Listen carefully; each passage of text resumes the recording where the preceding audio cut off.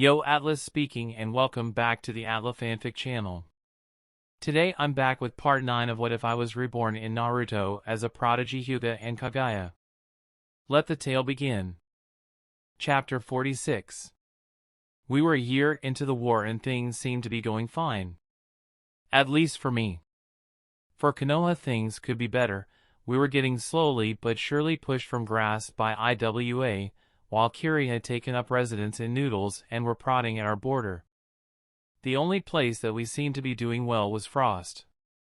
As far as I knew, the small villages were also participating in the war in various ways, but I had been paying little attention to them. Suna and Konoha weren't doing a whole lot of fighting, only having the occasional skirmish with Konoha in River Country.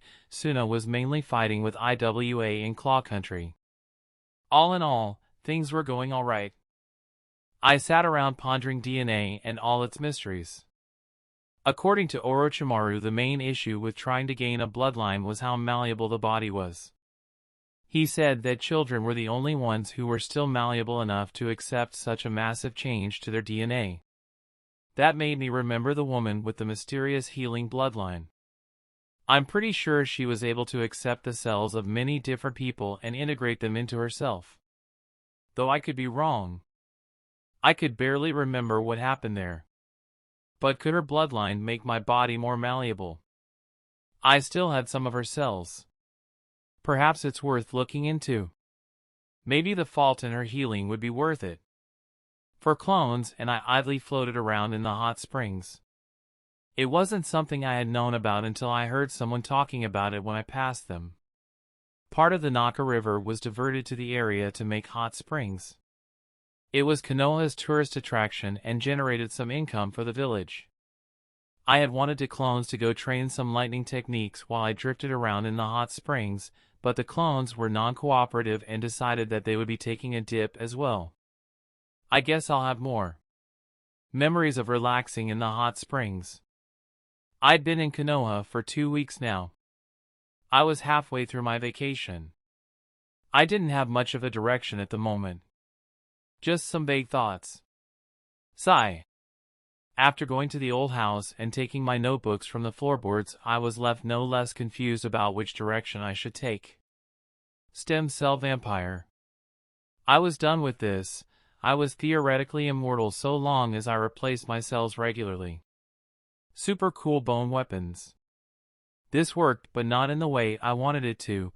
As I had the Shikatsumiyaku, it was now pointless. Super cool bone weapons part 2. Again, the Shikatsumiyaku made this pointless. Biological absorption. I was somewhat done with this. I had applied my modified override seal onto some bone Senbon, but I still had to make normal cells into stem cells by myself. So it was still not usable in combat. Human chakra batteries. I had given up on this a long time ago. I just didn't have the required skill in Fuinjutsu to make such a thing. Deadpool immortality. Something else I had somewhat given up on, though I still had plans to try and figure out ways to use that telomere regenerating enzyme. The brain and intelligence. Something I'd completely given up on. No matter how many brains I scanned, I never got closer to figuring out how to increase intelligence. Tail beast immortality. Something I no longer put any thought into. The sealing work required to make this work would be unbelievable. Flexibility. Useless. Remove fingerprints. Useless. Otsutsuki limb/flesh graft. This was something I still thought about a lot. Now that I could manipulate DNA, I likely wouldn't need to graft any limbs or flesh onto myself. I still wasn't sure how it would work out though. Perhaps I could figure out what made the Otsutsuki's chakra different. I figured it had something to do with both their DNA and the strength of their soul. Generations of Otsutsuki eating fruits from god trees probably changed them at a metaphysical level. So even if I had their DNA, would it even matter? I sighed. I also wanted to look into the Byakugan and the Hyuga more, but it didn't seem that pressing at the moment. I'll focus on the Shikatsumiyaku. I still haven't used it to its full potential. I stood in the center of the third training ground. Behind me danced Long Thing Bone Tail. With a thought, it shot forward and impaled a tree. It wasn't too bad. 3 more tails sprouted from my lower back and impaled the tree one by one, though they were more tentacle than tail. I shrugged. Meh.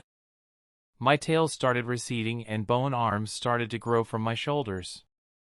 The only problem with making bone appendages was that I needed to use chakra to move them. It wasn't too big of a deal, but the technique could easily be disrupted by the gentle fist. I clenched my 2 new bone hands. This was also another meh. Human appendages were predictable. The arms started receding. The only other interesting find was the temporary lightening of my body. I could decrease the bone density or make them hollow and speed myself up some. Though the increase in speed came with a decrease of the bone's durability, so the technique likely wouldn't see much use. I could also change my bone structure and make myself double-jointed. It would make my attacks more unpredictable, but I was uninterested for the most part. Sigh. The only limitation to my generation of bone was that it had to come from existing bone. It was a stupidly powerful ability. It made me wonder why it didn't see more use in canon. I had also thought some more about the Susanoo. Could I make a big OL bone Susanoo? I did have a limit on my range still. Something to try later when I have more chakra control range. I'd like to have some bullshit techniques as well. Not that I didn't already have some. But one could never have enough. After a grueling Fuinjutsu session with Kushina, I was again in the 3rd training ground. And I was again trying more stuff with the Shikatsu Myaku. I held my arm out and a giant sword slowly grew to cover my arm and hand. The tip of the sword left my 6-foot control range and I could no longer manipulate it. The sword covered my hand and forearm. It was heavy and could only chop at people. I started retracting the bone. Perhaps longer and thinner was the way to go. I let the bone recede so I could start again on the sword. Bone came from my hand and slowly became a long thin blade. This time I can move my wrist and flick the sword around. That's better. Though I was still undecided on whether or not this would be better than just creating a separate bone sword that was not attached to my body. I sighed and the bone started to recede into my body. What to do? What to do? I held my right hand out and started creating long thin blades on each of my fingers. Who was the guy who used these? I swiped the air with my finger knives. They didn't seem useful. I could just make claws. They were about the same thing anyway. I sighed and ran my non-bladed hand through my hair. I wanted nothing more than to create a forest of bone blades. But that likely wouldn't be possible for a while. Sage Mode. Sage Mode increases all your base stats and also heightens your senses, which allows you to better use your newly acquired strength. Sitting still and not moving a single muscle apparently opens up a person's body to natural energy. Natural energy needs to be perfectly balanced with spiritual and physical energy to achieve Sage Mode.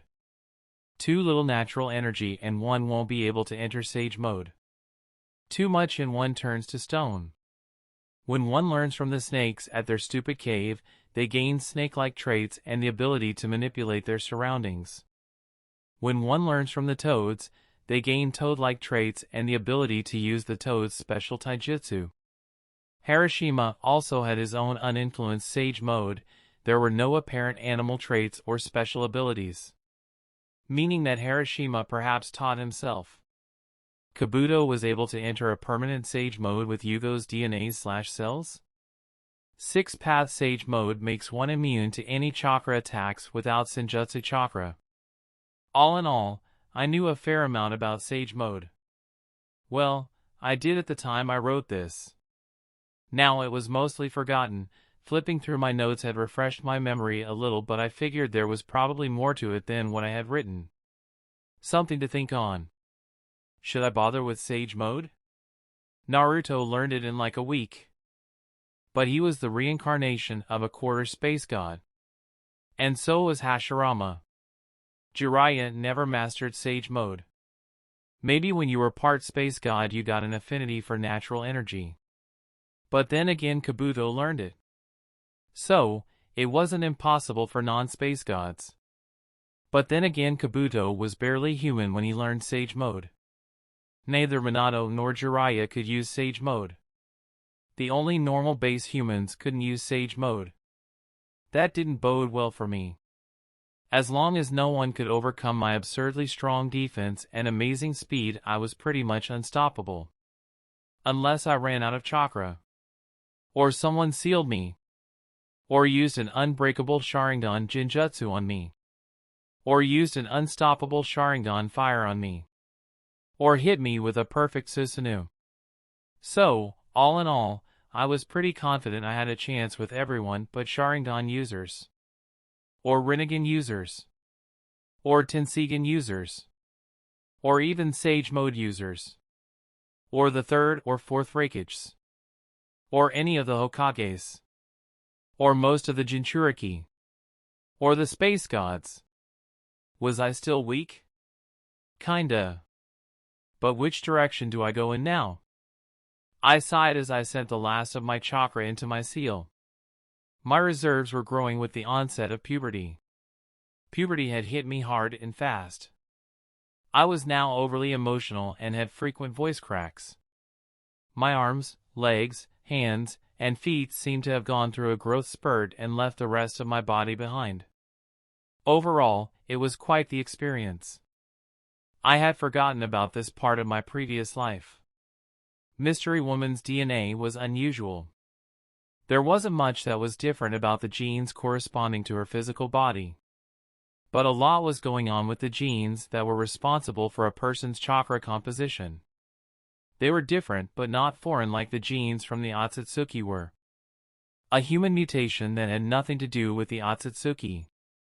It was quite interesting. But it also meant that I likely wouldn't be able to make use of the bloodline myself. Both my Kaguya and Hyuga bloodlines had a lot to do with my chakra composition. So, I probably shouldn't be messing with those genes. At least not until I'm more knowledgeable. Splicing out a dominant gene was different than splicing a whole bunch of genes together and trying to give yourself a bloodline. I yawned. It's probably getting late. That's the issue with having no windows. It was hard to tell the time. I sent 5 of my clones off to find out about some basic Jinjutsu. It was the only thing stopping me from becoming a full Jonin. Or so I thought. Guy had become a Jonin with only his Taijutsu. So, I should be able to become a Jonin without Jinjutsu. If not, I'd have to find a way to use some Jinjutsu. Though Jinjutsu was a huge annoyance. I didn't have the required control range to make it useful. The only way I could use Jinjutsu was when someone was standing within 6 feet of me. Jinjutsu seemed useless without a Sharingan anyways. My fights with the mini Kumonin provided some insight into lightning chakra. Mainly if one vibrated it you could use it to cut things. It was surprisingly not in any of the books I had been reading. Nor had I thought about it. Though it felt obvious in hindsight. So here I was hand covered in lightning trying to vibrate the lightning chakra as much as I could. The skin on my hand peeled and smoldered. With a thought, I released my hold on the chakra and let it disperse. I licked my dry lips. That wasn't a problem that I've had in a long time. I sighed and watched the skin on my hand regrow. Whatever. I held my hand out with my palm flat and facing the sky. I slowly created a small heaven's palm. I tried to vibrate the chakra as much as possible and threw my little lightning ball at the ground. It pierced the ground and expanded into a ball of lightning leaving behind a slightly smoking crater. That was a lot more powerful. I shifted slightly. That was much better than it had been. To think I had given up on heaven's palm. Chakra flow. Chakra flow is the flowing of chakra through an object as well as any technique that increases the potency of a weapon by flowing chakra through it. I use it on my bone claws and I used to use it on my bone senbon. Future Asuma used wind chakra flow on his knives to increase his cutting power. and the third and future fourth Raikage use it on their bodies, along with some sort of Shunshin variant. Or at least that was my thought. From my brief look at I guessed that he was using chakra flow. Though how he was able to use it without destroying his body was beyond me. I knew that if one ran chakra flow through their hand it was near crippling. But why were the two Kaguya able to do it without damage? And make a cloak out of it no less. It was a mystery. I've run lightning chakra through my body before and it never had any positive effects on me. Did they have an amazing affinity for lightning release or something? Or were their bodies just strong enough to handle running a massive amount of lightning chakra through and over it? I sighed and rolled over. I loved pre-sleep thoughts. Jinjutsu was all about using chakra to tamper with the mind. The goal of a jinjutsu was to trick all five senses of a target and make them perceive an event that is not happening. This is done by altering how chakra flows to the brain or the cerebral nervous system. Release was heavily involved in Jinjutsu, though I didn't understand it myself. I figured it had something to do with creating vivid illusions. I doubted that altering chakra flow to the brain alone could cause someone to see something that was not there. But I wasn't going for anything overly complicated. I was just going to use the standard annoying Jinjutsu. Jinjutsu like that were obviously fake and their only goal was to cause as much mental trauma as possible. Demonic illusion, hell viewing technique and the Tsukuyami were the first ones like this that came to mind. Both of those I wouldn't be able to use. I sighed. The book said that 1 in 7 people were born with a Yin affinity and only they could use complicated Jinjutsu. Whatever. I only had a week until I had to leave Konoha and make my way back to Frost. I'd sadly not made any progress on the Chidori. I wasn't even sure which direction to go in with the Chidori. I remember it being created from Kakashi's failed attempt to add nature release to the Rasengan. Did Minato even invent the Rasengan? I wasn't sure. I wasn't showing it off that often. So, it was possible things were still on track and Minato would create the Rasengan. Though who knew at this point? Kanon was dead. Chapter 47. Due, Mom, and I slowly made our way back to Frost. None of us were in a hurry. Delaying our return by a day was acceptable and wouldn't raise any eyebrows. How was your break, Due? I hadn't seen Due much. He got promoted to Chunin with my recommendation and had been training furiously ever since. It was most youthful. I trained Guy in the ways of a youthful gentleman and spent much of my days training youthfully in preparation for my return to Frost. Even with years of decoding Guy's speak, I wasn't sure what the ways of a youthful gentleman entailed. Sounds youthful. I gave Due a thumbs up, and Mom rolled her eyes at both of us. What were you up to? I looked around for a moment trying to find out who Mom's question was directed to. I realized it was me after Due stared at me for a moment. I practiced with my new Kekkei Jinkai and made some improvements to Heaven's Palm. I eyed Mom for a moment. I guess I might as well ask her too. What did you do during your break, Sumiko? Due, however, beat me to it. I've been trying to make a new taijutsu technique. I raised an eyebrow at her. And? Mom smiled. And, it's a secret. I sent her a bland stare. All right. I was glad she wasn't wasting time on ninjutsu. I sighed and looked forward. We were almost at Hot Springs. I arrived at the camp and sent a clone off to Orochimaru for instructions. The camp seemingly hadn't changed. The only major difference was the presence of some clan members dotted throughout the camp. It was slightly worrying.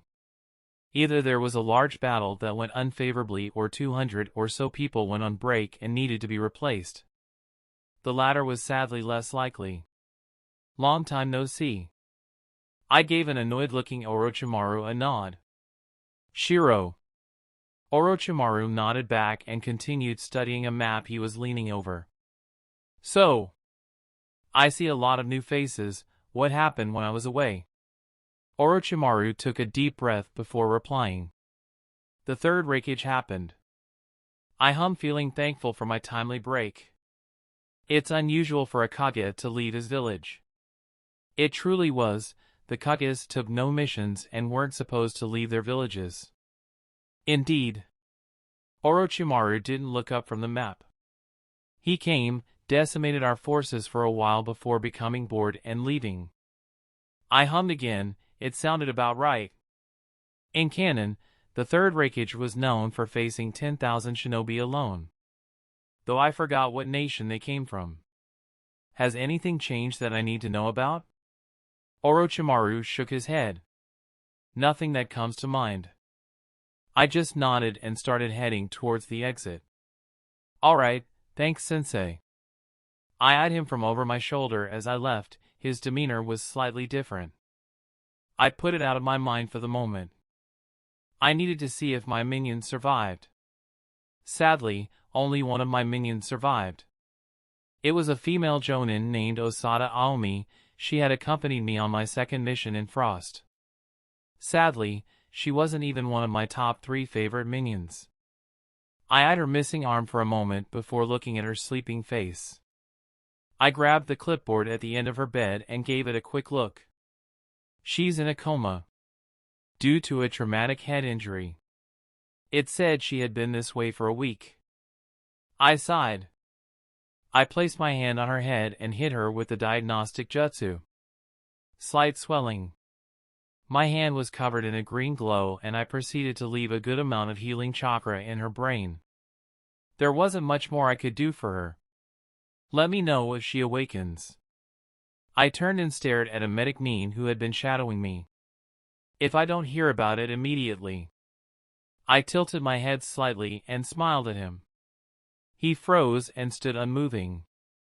Someone will have to die. I eyed him for a moment longer before leaving. It's a shame I didn't know more about the brain. I was standing with Orochimaru while he stared at the map and planned. Kumo had moved their camp to the Frost/Cloud border and Shimo had moved all their ninja to the area surrounding their village.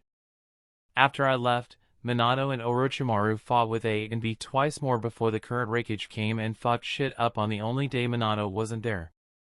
From what I've gathered, the Raikage wanted revenge for the massacring of his troops and the killing of 2 of Kumo's S-rank ninja. He beat Orochimaru savagely before killing a good amount of the army and leaving. I smiled wearily. Orochimaru would be staring at the map for a long while until he figured out what he wanted to do. He did this before every battle that he planned, often staring at the map until late into the night. I rubbed my eyes and started to leave. With my return, Minato was back in grass and was watching over the shitstorm there. It pissed me off slightly that I hadn't been promoted to Jonin even though I was killing S-rank ninja and massacring armies. I couldn't understand why I wasn't promoted yet. I put it out of my mind, a promotion wouldn't make me stronger anyways. I eyed an Uchiha as he proceeded to systematically demolish an Inuzuka and his dog. The Inuzuka was causing problems and this was the result. I watched the dog fly out of the makeshift ring and collide with a spectator. I hummed. I don't need to be here. Things are well in hand. The Inuzuka collapsed and struggled to get up. I hummed again and started towards my lab. I needed to look further into my DNA. But first I needed to make my lab Hyuga-proof. A week later my lab was Hyuga-proofed and I was ready to look into my DNA some more. Shiro, your girlfriend is awake. I turned and saw an unexpected face. Keiji, you look twice as ugly as I remember. I eyed Keiji's new scar. It looked like someone slit his throat. Something we now had in common. Fuck you. That's the Kenji I remember. So, what brings you to Frost? I made my way out of the lab and into Frost's cool air while Kenji followed. I got some bitch pregnant, and after a fight with her brother I was told to come here. I eyed him for a moment wondering if he was serious. Is this a wanted pregnancy? Kenji gave me a SOSO gesture. It was unexpected but we'll do right by the kid. I hummed. What's the brother's problem? Kenji shrugged. Sometimes you're the villain in another person's tale. I eyed Kenji, that was unexpectedly profound. So kid, I heard you're a big shot now. I nodded and accepted the topic change. Yep, though they won't promote me to Jonin. Kenji laughed. Ha ha ha. Cunts. I snorted. Yep. I entered the medical building that my minion was located in. So, I heard my friend was awake? Kenji nodded. Yep, good job threatening that asshole, she's been getting the best possible treatment since. I hummed. Good, I'd hate to have to keep killing until I found someone competent. Kenji laughed loudly, scaring a passing trainee. Ha! I'll let them know. We approached my minion's room and Kenji opened the door before I could knock. Alrighty.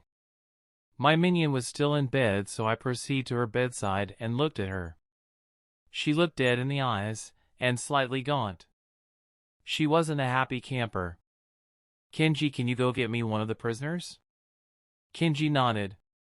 Yeah, what for? I motioned to her arm. I'm going to replace the arm. Kenji raised an eyebrow. What if I'm refused entrance? I hummed. Kenji hadn't been swearing as much as he usually did. Use my name and threaten the guards with death if they still refuse. Kenji nodded. What kind of prisoner do you need? He smirked. I unsealed my Fuinjutsu supplies and shooed him away with my hand. Any will do. Kenji nodded and went on his way. I eyed my minion who was still unresponsive. I shrugged, sat down cross-legged, and started on a DNA override seal. I only needed to rewrite the stem cells, so I only needed part of the seal and a few stem cells. Easy peasy. Here's your prisoner. I nodded and stood up. Good, put Aomi to sleep and I'll show you a new trick. Kenji nodded and dropped his cargo. I heard the guy's head hit the ground and winced slightly. Alrighty. I walked over and sliced an arm off at the shoulder with my chakra scalpels. I healed his wound over so he wouldn't bleed out and brought the arm over to the little corner that I had taken over. Alright. I held the severed arm with two hands and started filling it with my chakra, expelling the chakra already in the arm. Okay, watch this, it's pretty neat. The arm slowly turned into a dark red slurry and started to drip into a pan I had prepared beforehand. That's some gross looking shit. I rolled my eyes. The rest of the arm fell through my fingers, only leaving bone in my hand. I tossed the bones behind me and stuck my finger into the slurry. I started scanning it for cancerous cells. You gonna drink that or something? I ignored Kenji and pulled my finger out of the slurry. Surrounding my finger was a bunch of cancerous cells. I flicked my slurry-covered finger in Kenji's direction. I ignored Kenji's curses and brought the pan of red slurry over to the seal and placed it in the center. Make yourself useful and inject the seal with your chakra. I went over to the prisoner and blocked the tenketsu on his neck. I didn't want him causing problems. So why turn the arm into sludge? Kenji gave the pan a swirl before handing it to me. It makes the seal less expensive chakra-wise. I stuck my finger into the sludge and stirred it while using the diagnostic jutsu. It was cancer-free. Alright, now I'll fill the slurry with chakra. My hand glowed green and I filled the stem cells with a good amount of healing chakra. And now the hard part begins. I'm going to regrow the arm. Feel free to ask questions as I go. I set the pan on the bed and started unwrapping her elbow stump. Why did you have to use more arm than she lost? I shrugged. So, the seal has something to use to change the cells. Making something from nothing is expensive chakra-wise, so the seal uses parts from the other cells to make the changes. I looked at the stump. It was clean-cut and could have probably been reattached easily if they had the arm. Alrighty. The hardest and most time-consuming part of this whole thing is making new bones. I trailed off as manipulated a tentacle of sludge and pressed it to the stump. So, I'll do most of the bones later. Kenji was biting his thumb as he watched me. No hand seals? I shook my head. Not yet, it's more expensive this way, but I prefer to know what I'm doing rather than trusting in the hand seals to do the work. Cells weren't hard to manipulate anyways.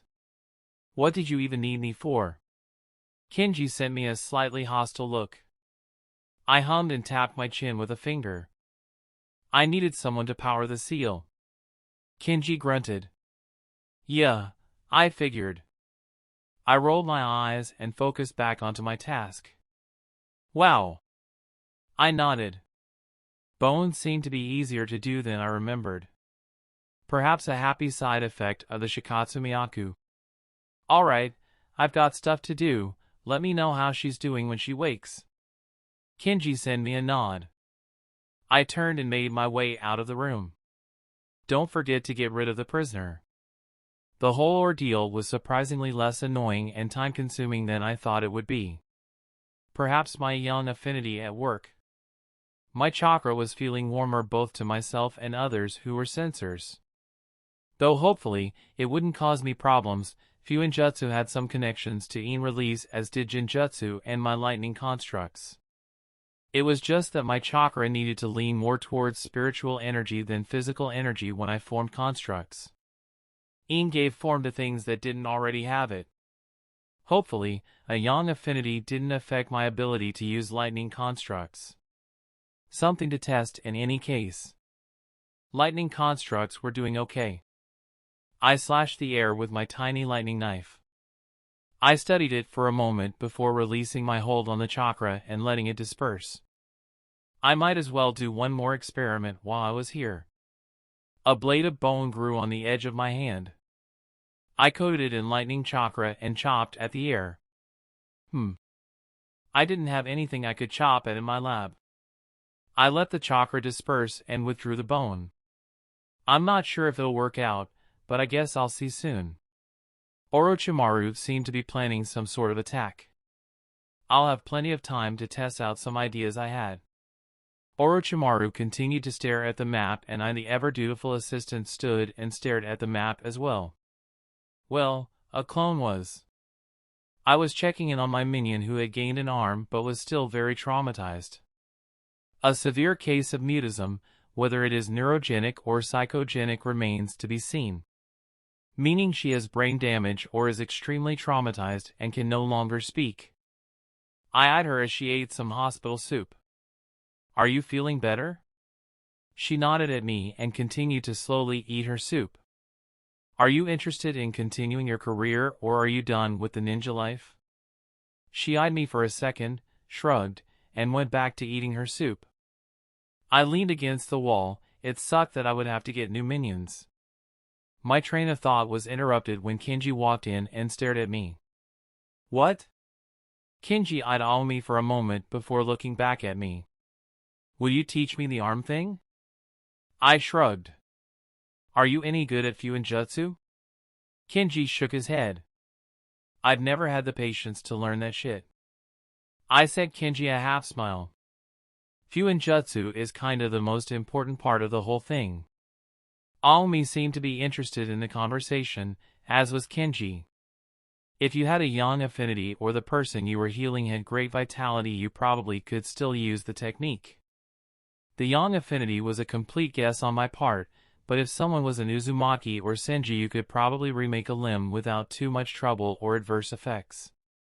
Yang affinity. A quiet, almost whispered question stopped the conversation. Aomi herself seemed surprised she spoke and had covered her mouth in shock. I watched her try to speak some more before she eventually gave up with silent tears streaming down her face. I sighed. Yang is said to breathe life into soulless form. What does that have to do with the arm thingy? Kenji ignored the atmosphere with a roll of his eyes and asked his question.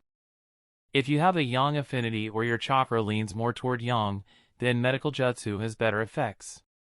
It was a half-formed theory. I only thought so because the Senju were said to be great at medical ninjutsu and lean toward yang on the chakra spectrum. At least according to the book I browsed through during a trip through the archives. That and my own medical ninjutsu had gotten noticeably better. Anyways, I'll see you two in a bit. I started making my way out of the makeshift hospital. I wasn't in the mood to discuss half-baked theories about yin or yang. I didn't know anything substantial about yin or yang. Most of what I knew were vague guesses. I shouldn't be spreading my vague and likely wrong theories. So, I opted for a tactical retreat. The sensor gene was a series of genes, most of which were recessive. There were many variations of these genes, each variation providing different benefits. Some combinations could give someone crazy sensing range but almost dull chakra sense when it came to people within 6 feet of them. Minato was one such person.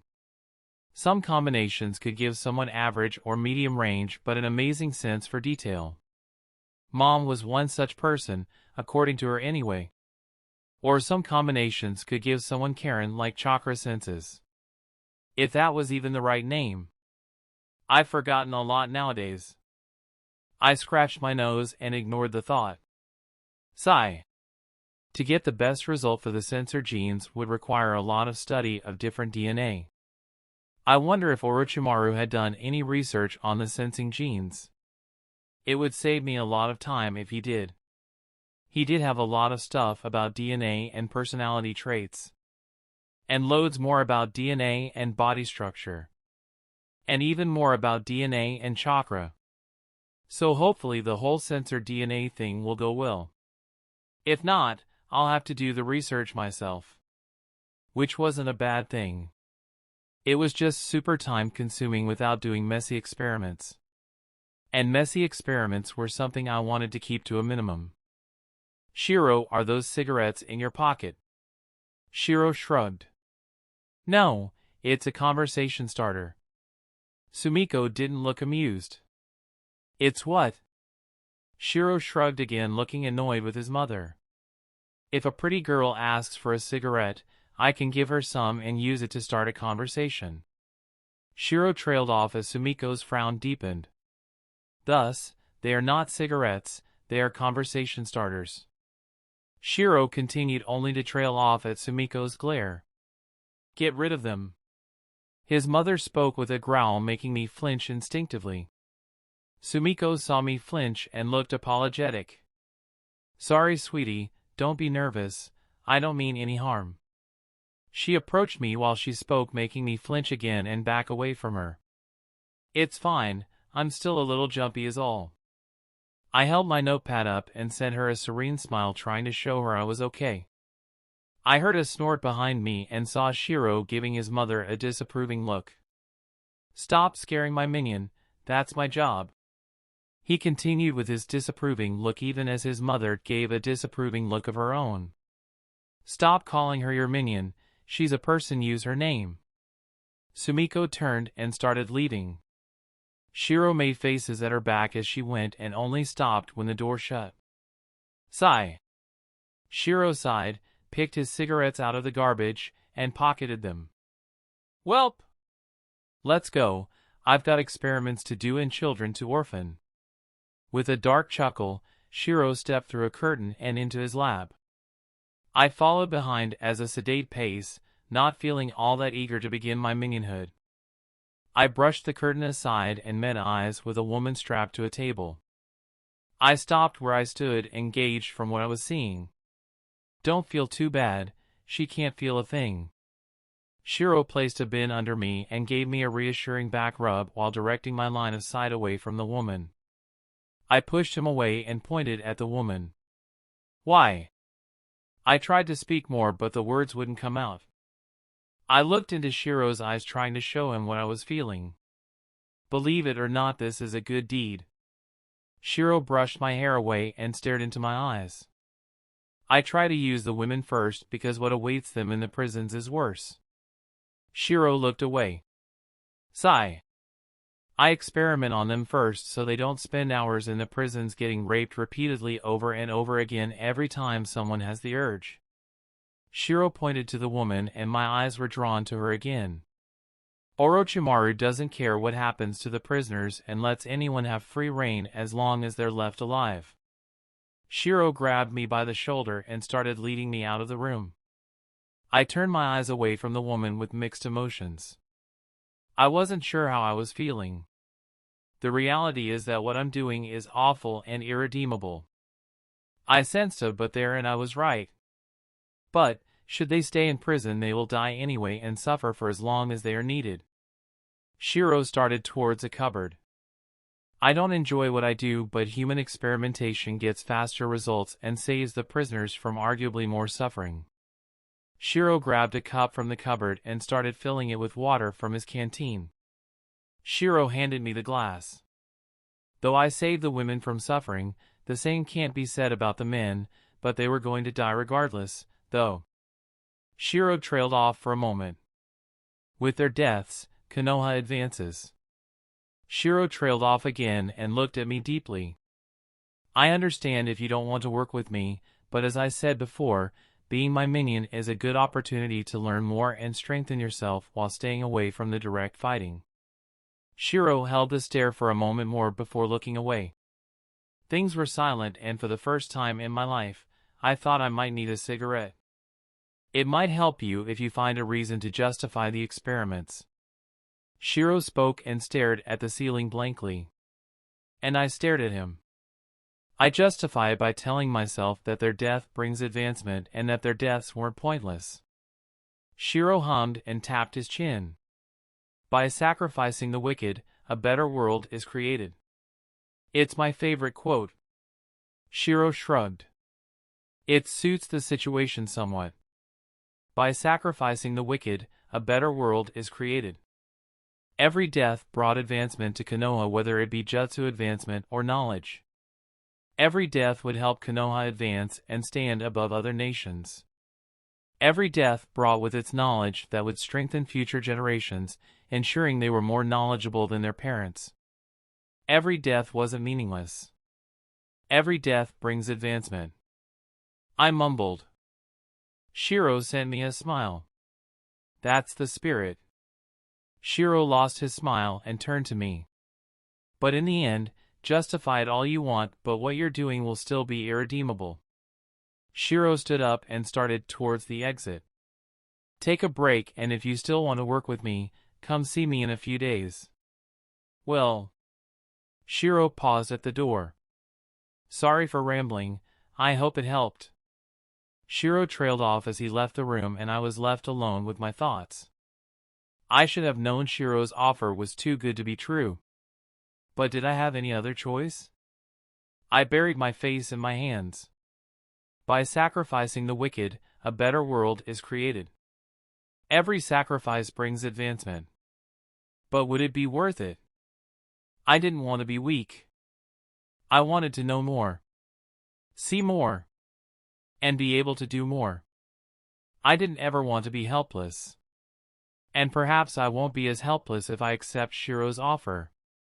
I sighed and my body slumped. I didn't know what to do. Chapter 48. I eyed Orochimaru. He was wearing his usual attire and his hair was ungroomed. He hadn't stopped staring at the map since I had arrived. Though he seemingly didn't have a plan even after all the staring he had been doing. I sighed and started making my way out of the building. Orochimaru got annoyed when I stood around and sighed at him, so it was better I just make my way out and find something to occupy myself with. Though I had an idea of what to do at the moment. Before I go, can I get your notes on reflex enhancement? Orochimaru shot me an annoyed look. A snake slithered out of his sleeve and regurgitated a scroll. Orochimaru flung it at me and it landed in my hand with a wet slap. I stared at it for a moment. That was extremely disgusting. Thanks, sensei. I gave Orochimaru a cheery wave and left the building. Orochimaru's reflex enhancement seemingly had nothing to do with the nerves and instead to be all about the muscles. I took my time browsing the scroll and enjoying his elegant handwriting. Type 1 or slow twitch. It's mainly used for running, it is slow to contract, smaller in size and produces less force. However, it also allows you to exert yourself for longer periods. The muscle fiber is red, because of the higher oxygen content. So red was slow muscle. Type 2 or super fast twitch. These are anaerobic and rely on ATP and glycogen. This allows for more explosive force and speed, but also fatigues much more quickly. This muscle fiber is also known as white muscle. White is fast muscle. Type 2B or moderate fast twitch. These are intermediary muscles. They are useful for shorter durations of more intensive exercise such as lifting weights or running. They are less energy efficient than type 1 fiber but more fatigue resistant than type 2. This is also known as pink muscle. Pink muscle is an in-between. I hummed. There were some notes throughout the scroll. You can't change your whole body to pink muscle because you need red muscle to stand up straight without collapsing. I snickered at the image of Orochimaru trying to remain stoic while he stumbled around like a baby deer. I brought my eyes to the notes again. Your abs held you upright all day and thus were made of mostly red muscle. Fine motor control was done by red muscle, so you should be wary of extensive changes to your hands. You needed a mix of all three muscle types to function effectively. But there were different mixes optimal for different fighting styles. I hummed and drummed my fingers along my desk. Orochimaru went on to talk about different muscle fibers that our ancestors had that have become redundant DNA and that awakening these tremendously improve your reaction time, strength, and stamina. I browsed the scroll a little more before rolling it up and setting it at the corner of my desk. I interlaced my fingers together. This was quite the gift Orochimaru gave me. Though he called it a reflex enhancement, it was more of a muscle enhancement. Didn't he know I used a different method from his own? I feel like I mentioned it. Perhaps he forgot. He has been stressed lately. I sighed and decided not to think too deeply into it. At least I have a new direction for a little while. Sensing and muscle composition. How have you been feeling lately? I side-eyed Mom and continued with my seal work. I wasn't sure I wanted this exchange. What do you mean? I arched an eyebrow and withdrew my brush from the paper. You seem down lately. I raised an eyebrow and stayed silent. If you want to talk about anything, I'm always available. I relaxed my eyebrow and smiled. Thanks, Mom, that means a lot. She sent me a brilliant smile. Anytime, Shiro. Mom stood up and started towards the door. I grimaced slightly. I apricot the concern. But that was a weird moment. Dewey was well out of Geninhood and was doing all right. He was average taijutsu-wise, but had amazing strength, speed, and stamina. When I had taken him from the Genin Corps, I had hoped to take him up to Jonin level with extensive body modifications. But that seemed like it wouldn't happen. I had hoped that maybe Dewey would see the horrors of war and decide that he desperately needed strength, but so far, no such thing has happened. All in all, the whole Dewey thing seemed like a bust. But I guess Dewey earning more money and dropping the title of Eternal Genin could be considered a win of some sort. I sighed, leaned back, and crossed my arms. Fuck. My plan to make a Super Dewey was not panning out. Perhaps I used all my luck when awakening the Shikatsu Myaku, the bloodline with the longest name. I sunk further into my seat.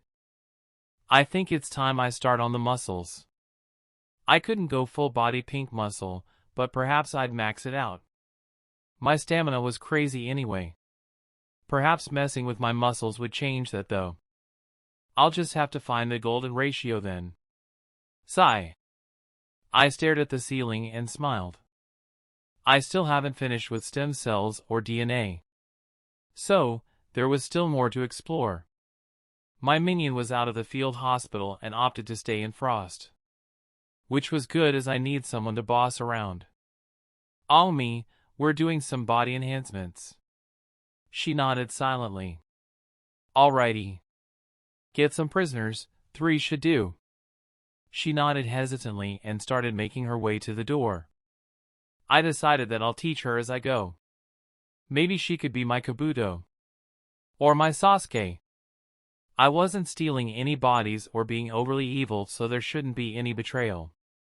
Hopefully. Trust but verify, as they say. I'll keep an eye on her, I suppose. Test subject 4 was doing alright. He was currently under a Jinjutsu and fighting an imaginary enemy in another room under the watchful eye of my minion. The first 3 were half failures. Too much white muscle and 1 had explosive strength and power but little to no stamina. Too much red muscle and 1 had little to no explosive strength or power. Too much pink muscle and 1's muscles collapse after extensive exercise. So, all I'd done was confirm Orochimaru's notes. I sighed. I had hoped that some sort of chakra shenanigans would let me convert the body's muscle completely into pink muscle. But it seemed that it wouldn't happen. No major loss. It only meant that more testing was needed. I'd find the optimal muscle composition eventually. I stared at Orochimaru and he stared at me. Yes, sensei? Orochimaru continued staring. How would one attack Kumo? His voice was dull and flat. Without earning the ire of the Raikage. I wasn't sure. He apparently fought 10,000 people for some days before dying in canon. How would one kill the old monster? Fuinjutsu? I intentionally spoke aloud, throwing my thoughts into the air. Orochimaru hummed and stared over my shoulder vacantly. Ahem. I cleared my throat. I sent Orochimaru a wink. The Raikage can't be mad about an attack if he's dead. I sent him 2 more winks. And 1 wouldn't need to attack Kumo if they were without a Kage. I sent him another wink. Perhaps the Raikage could be restrained. Orochimaru nodded, looking proud of his plan. I shook my head. Perhaps the Raikage can be sealed and starve to death. I sent 2 more winks at Orochimaru. Orochimaru nodded, finally seeming to get it. Excellent idea, Kakik. Orochimaru threw his head back and laughed. I eyed the creep for a moment, wondering if giving Orochimaru ideas was the wrong move. Leave! I have planning to do. Orochimaru waved me away. I stood there staring at him for a moment before eventually shrugging and leaving. Whatever. Orochimaru could be a creepy old man by himself. Things had been boring as of late. With Shimo and Kumo taking a bit of a break, we weren't harassed as often as we once were. And even though we were still attacked now and then, it didn't matter much. We had a few Hyuga and Uchiha watching the perimeter, so most surprise attacks weren't surprises. I narrowed my eyes at a passing ninja. Blonde hair and brown skin. He didn't belong. I pointed at his knees with my index and middle fingers. Senbon launched from my fingertips. I ignored the jumpy ninja around me and pointed at the now immobile ninja who was struggling to stand. Interrogation for him. The man's fate was sealed by my words. He was subdued and dragged off, and I was left staring at the spot he occupied in thought. Hopefully, he was a spy and not someone with ancestry from Kumo. I put it out of my mind for a moment. It was weird to have people jump to obey my command. It was probably weird for them as well. I dragged my eyes from the spot the ninja occupied and looked at the sky. It was almost November, so it was getting a tad cold, and it was snowing as of late. It was also almost my birthday. Something I had nearly forgotten about. I stared at the sky for a moment longer before continuing on my way. I briefly wondered if I was getting a little jumpy and overreacting. I normally don't attack people for looking suspicious. Or in this case, people who look Kumo-y. I sighed. Whatever. I stood and stared at my mom as she chatted with Aomi while braiding her hair. When I say chatted with, I mean chattered at. I looked over at Dewey, who was doing one-legged squats in the corner, and Kenji, who watched while drinking what I assumed was some sort of alcohol. When did my lab become the hangout spot? I shook my head. What do I need to do to become Jonin? I directed my question vaguely into the room. I didn't care who answered, just that someone answered. You need Jonin-level skill in almost everything and a recommendation. It was Kenji who answered. I hummed and stayed silent. That was something I didn't know or didn't remember. But who did I need to recommend me, and why haven't I been recommended? Kenji joined me in fanning the flames of youth. I shook my head and focused on Dewey, who was weirding out Kenji. Dewey was staring into Kenji's eyes while doing squats. I was feeling weirded out even though I wasn't the subject of Dewey's attention. I turned away from whatever was happening over there. I didn't need that in my life. My body leaned more towards red muscle fiber. I hummed and ran the diagnostic jutsu down my arm. Biceps were mainly pink and white though. I ran my hand down my side and to my leg. Abs are mainly red while the leg muscles are a mix of the three, with red being dominant. According to his notes, Orochimaru had changed his muscles to mainly white and pink for an explosive speed increase. Though he probably had garbage stamina, unless he figured out some way to overcome that with chakra. I guess I should lean more towards pink and red.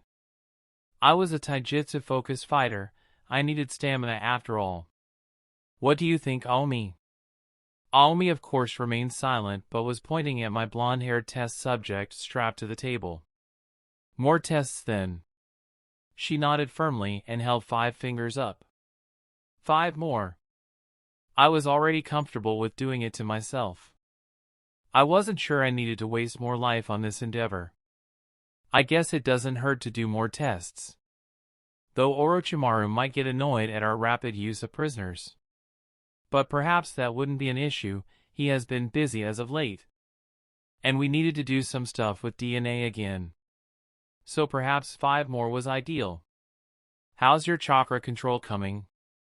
I raised an eyebrow at my only minion. She made a SOSO gesture and looked slightly sad. No worries, it'll probably only take 3 or so more months. I turned away from her and walked towards test subject number 7. Alrighty, don't dispose of this one, I have some more experiments to do afterward. And by experiments, I meant horrible invasive DNA manipulation. Horrible but efficient. Orochimaru paced around the room and gestured wildly while telling me his plan to take down the third Raikage. I eyed Orochimaru briefly but turned away when his eyes met mine. He seemed a bit crazed and almost manic. I briefly wondered if he was taking some kind of stimulant. Naruto vs. meth maybe? So, you'll attack their camp and occupy them while I take out the Raikage. He finished the sentence by throwing his arms up and smiling creepily. Sounds good, sensei. I nodded. Orochimaru's smile stretched further. I turned my back to him and cringed. He had been acting unhinged lately. Whether this was because he was experimenting with the cursed seal or he was just getting comfortable in my presence, I didn't know. When do you want me to attack? I've been learning under him for nearly a year and only recently has he begun acting like this. Kakik. A week from now is when we'll begin. You will take the army and attack their camp while I take out the Raikage. Orochimaru finished his words with a creepy smile. I pressed my lips together. Something was wrong with him. He's never repeated words like that or been this smiley. Alright, I have some preparations to make. I nodded at him and turned toward the door. Orochimaru went from old and creepy to old, creepy and unhinged in a few months. Whatever he did caused him to fall and fall fast. I figured I'd have 5 more years with him, but if whatever this was progressed further. Sigh. I doubt this was canon, so I must have somehow changed something. There's no way he could get away with being like this for a few years. I made my way out of Orochimaru's lab and made my way up the stairs. Jiraiya was here a few days ago talking to Orochimaru, perhaps he noticed as well. There was a good chance he did. Orochimaru being creepy and potentially mentally damaged aside, things seemed to be going well. Our temporary respite was over and fighting was at an all-time high, but we were winning most of the tiny engagements that we got into with Kumo. Constant fights weren't ideal, but it was acceptable if we were winning our engagements. Or at least I thought so. So, what's the Raikage done this time? Orochimaru was reading some sort of report with a picture of the Raikage's face in the top right corner. He's attacked IWA and caused a big fuss.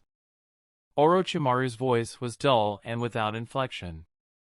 Orochimaru had just eaten and was in a good mood, hence the lack of evil laughter and creepy smiles. He seemed less unstable when he was full and not excited or stressed. Orochimaru handed me the report and I gave it a quick skim. It was pretty much Kumo had a problem with IWA, the Raikage went out and it became less of a problem. So, IWA is mad and told us to stay out of the way while they kill the Raikage? I stared at the page in disbelief. IWA claimed they were sending their best to annihilate the Raikage. They further claimed that the fight was between Kumo and IWA and that any interference would lead to total war. Arrogant. Orochimaru hissed the word. That was indeed the best way to describe IWA. But this was a problem. IWA was after the Raikage. And the Raikage versus 10,000 ninja thing could possibly happen. But shouldn't the Raikage versus 10,000 ninja be an epic battle at the end of the war? We were only a year into the war. Orochimaru sighed and leaned back into his chair. I sighed a moment later, feeling his pain. I thought Orochimaru was going to kill the Raikage. 3 days before we launch our attack and this happens. I set the report in front of Orochimaru and went and took a seat in the corner of the room. IWA was fighting everyone they bordered with and even some they didn't share borders with.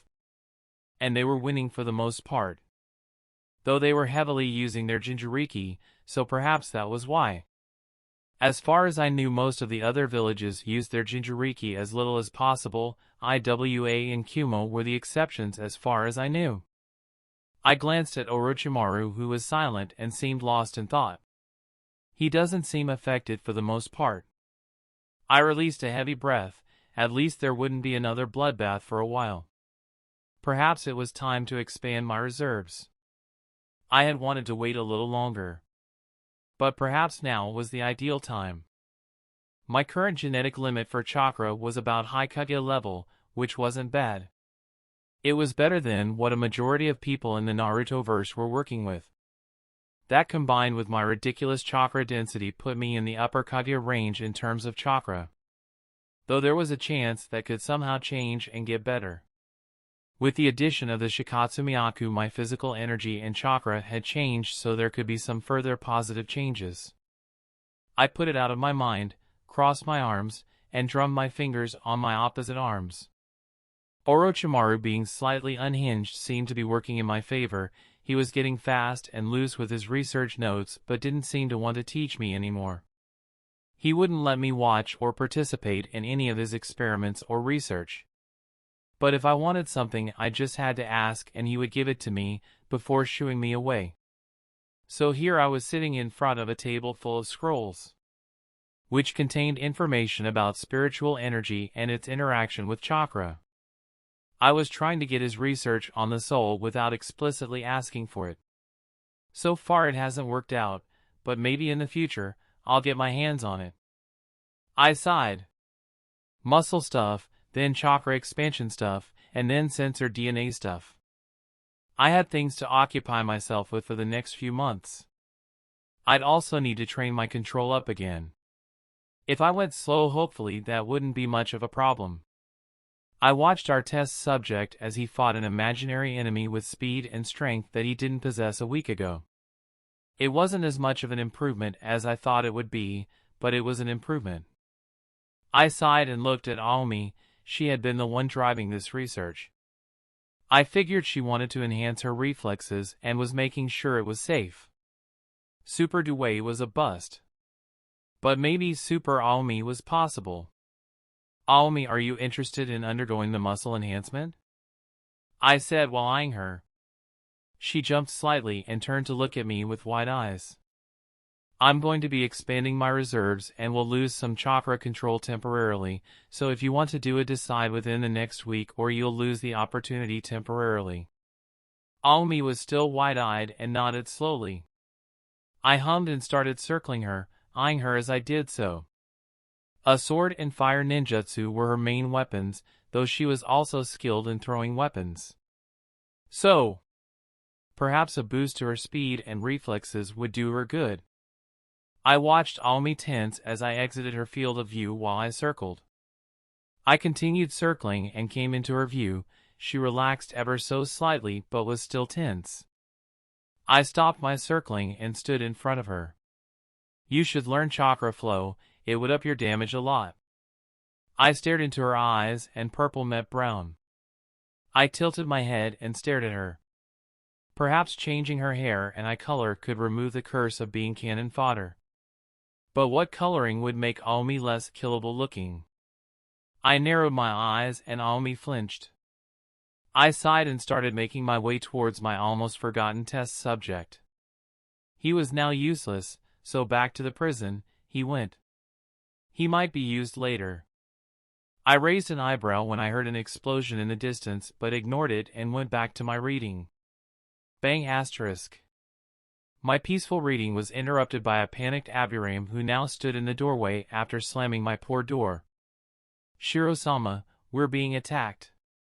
His face was stoic but he was literally buzzing with nervousness. I hummed and put a pen in the book to mark where I left off. Kumo? I fought back a yawn. The Aburame remained silent but nodded. Anyone notable? The Aburame again nodded but remained silent. I sighed and activated my Byakugan, increasing my range to its maximum. The camp was in turmoil, we were indeed being attacked. Fights were happening all through the area that my Byakugan covered and I'd say there were very few who weren't fighting. We might even be outnumbered. To the northeast I saw Orochimaru launch some wind blades and try to stab at the future Raikage with his sword. Killer Bee was watching from a distance away, not interfering. I sighed and started forming my dermal armor while I slowed my perception, opting to forego the increase in range. I shunshined around the Aburame and out the door, ready to raise some hell. Battles were happening throughout the area, though they were concentrated around the north and northwest of the camp. Without turning I aimed my palm behind me and impaled a ninja who thought he was being sneaky. Sigh.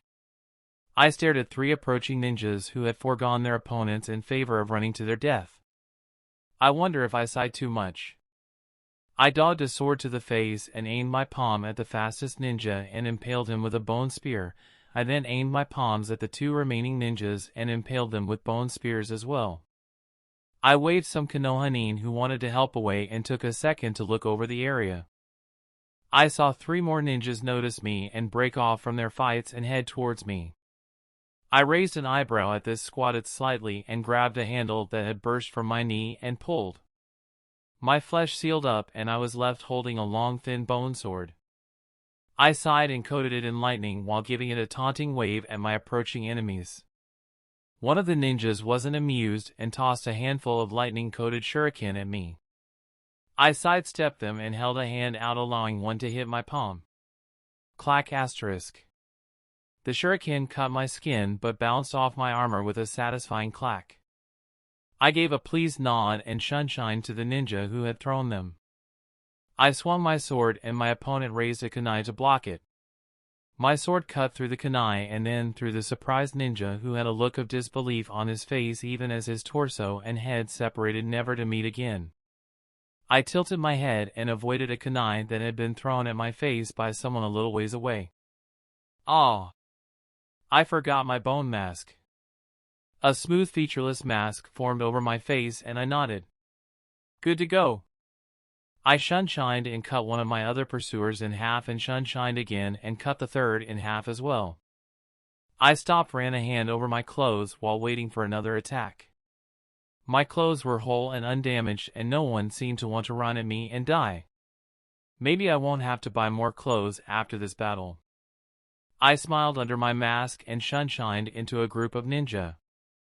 I held my sword out and spun, killing 2 and wounding 3 others while missing 1 entirely. I ignored the survivor and shunshined towards some more ninja who were too occupied with their fight to notice me. I cut him in half and shunshined towards another ninja. I cut him in half as well and continued with another shunshin. This was working surprisingly well. I was startled as it became coated in lightning chakra and his chakra rose to monstrous levels, causing me to focus on him. Someone took advantage of my surprise, and I was washed a little ways away by an enormous water dragon that slammed into my back. I pushed myself up and stared at the one who launched the dragon. Someone had run him through with a sword, and he was staring at the sword exiting his stomach. I nodded at my fellow Konohanin, who peeked over the shoulder of the man he stabbed. He sent me a nod back. I used some chakra strings to grab my sword and stood up. I think it's time I make my way to Orochimaru. A thin bone spike burst from my heel and killed a ninja who was approaching me from underground. Annoying. I made my way towards Orochimaru while chopping Kumonin in half and shooting anyone who tried to launch ninjutsu at me with Senbon. I smacked a kunai out of the air and pointed my sword at the one who threw it. A thin branch of bone burst from the sword and impaled the ninja. I gave the sword a little shake and the bone growing from it broke and fell off. I pointed a finger at a ninja who was about to kill an Inuzuka and pelted him with a few Senbon. I hummed as I approached the no man's land that had been created around Orochimaru and A. I stood a ways away and watched the battle for a moment. Killer B was still politely watching A's battle and had not interfered. I decided I'd be polite as well, so I shined a distance away from Orochimaru and gave a bow in B's direction. B stared at me for a moment before looking back to the fight. I raised an eyebrow under my mask. I thought we would get down to it. Bono, this is between A and O, so you and B are a no-go. B rhymed without looking away from the fight. My mask receded and I deactivated my Byakugan and watched B nod to himself and pull out a little green notebook and start scribbling something down. I shook my head and focused back on Orochimaru's battle. Judging by the charred dead snakes scattered around the area, snakes were a no-go, and that's why Orochimaru was relentlessly slashing at it with a wind-covered sword. I saw a few shallow cuts on A, so it was seemingly working out. Though Orochimaru didn't seem to be winning, he was doing alright. My train of thought was interrupted when a stray wind blade struck the ground near me. There was a slight lull in the fight and I met Orochimaru's eyes. He looked at me and then at B before returning his eyes to me. I got the message. Negative, I made a single hand sign. Orochimaru looked angry, but before he could respond, I darted towards him with his fist cocked back. Orochimaru dodged and sent me an annoyed look before jumping back into the fight. I sighed and created a clone with a hand sigh. I couldn't leave as I had to stall B if he decided to interfere, but I could send a clone out to do some killing. Though the clone would lack the Shikatsu Myaku, hopefully it would do alright. The clone waved at me and pointed to my sword. "Gimme!" I snorted and handed it over. The clone grasped the sword and looked at it for a moment. The sword was slowly absorbed by the clone and I was left wearing a surprised expression under my mask. I stared at the clone, wondering how the hell he had thought to do that. He just shrugged at me and I saw bone start to emerge from its skin. I stared at the clone as it was slowly engulfed in bone.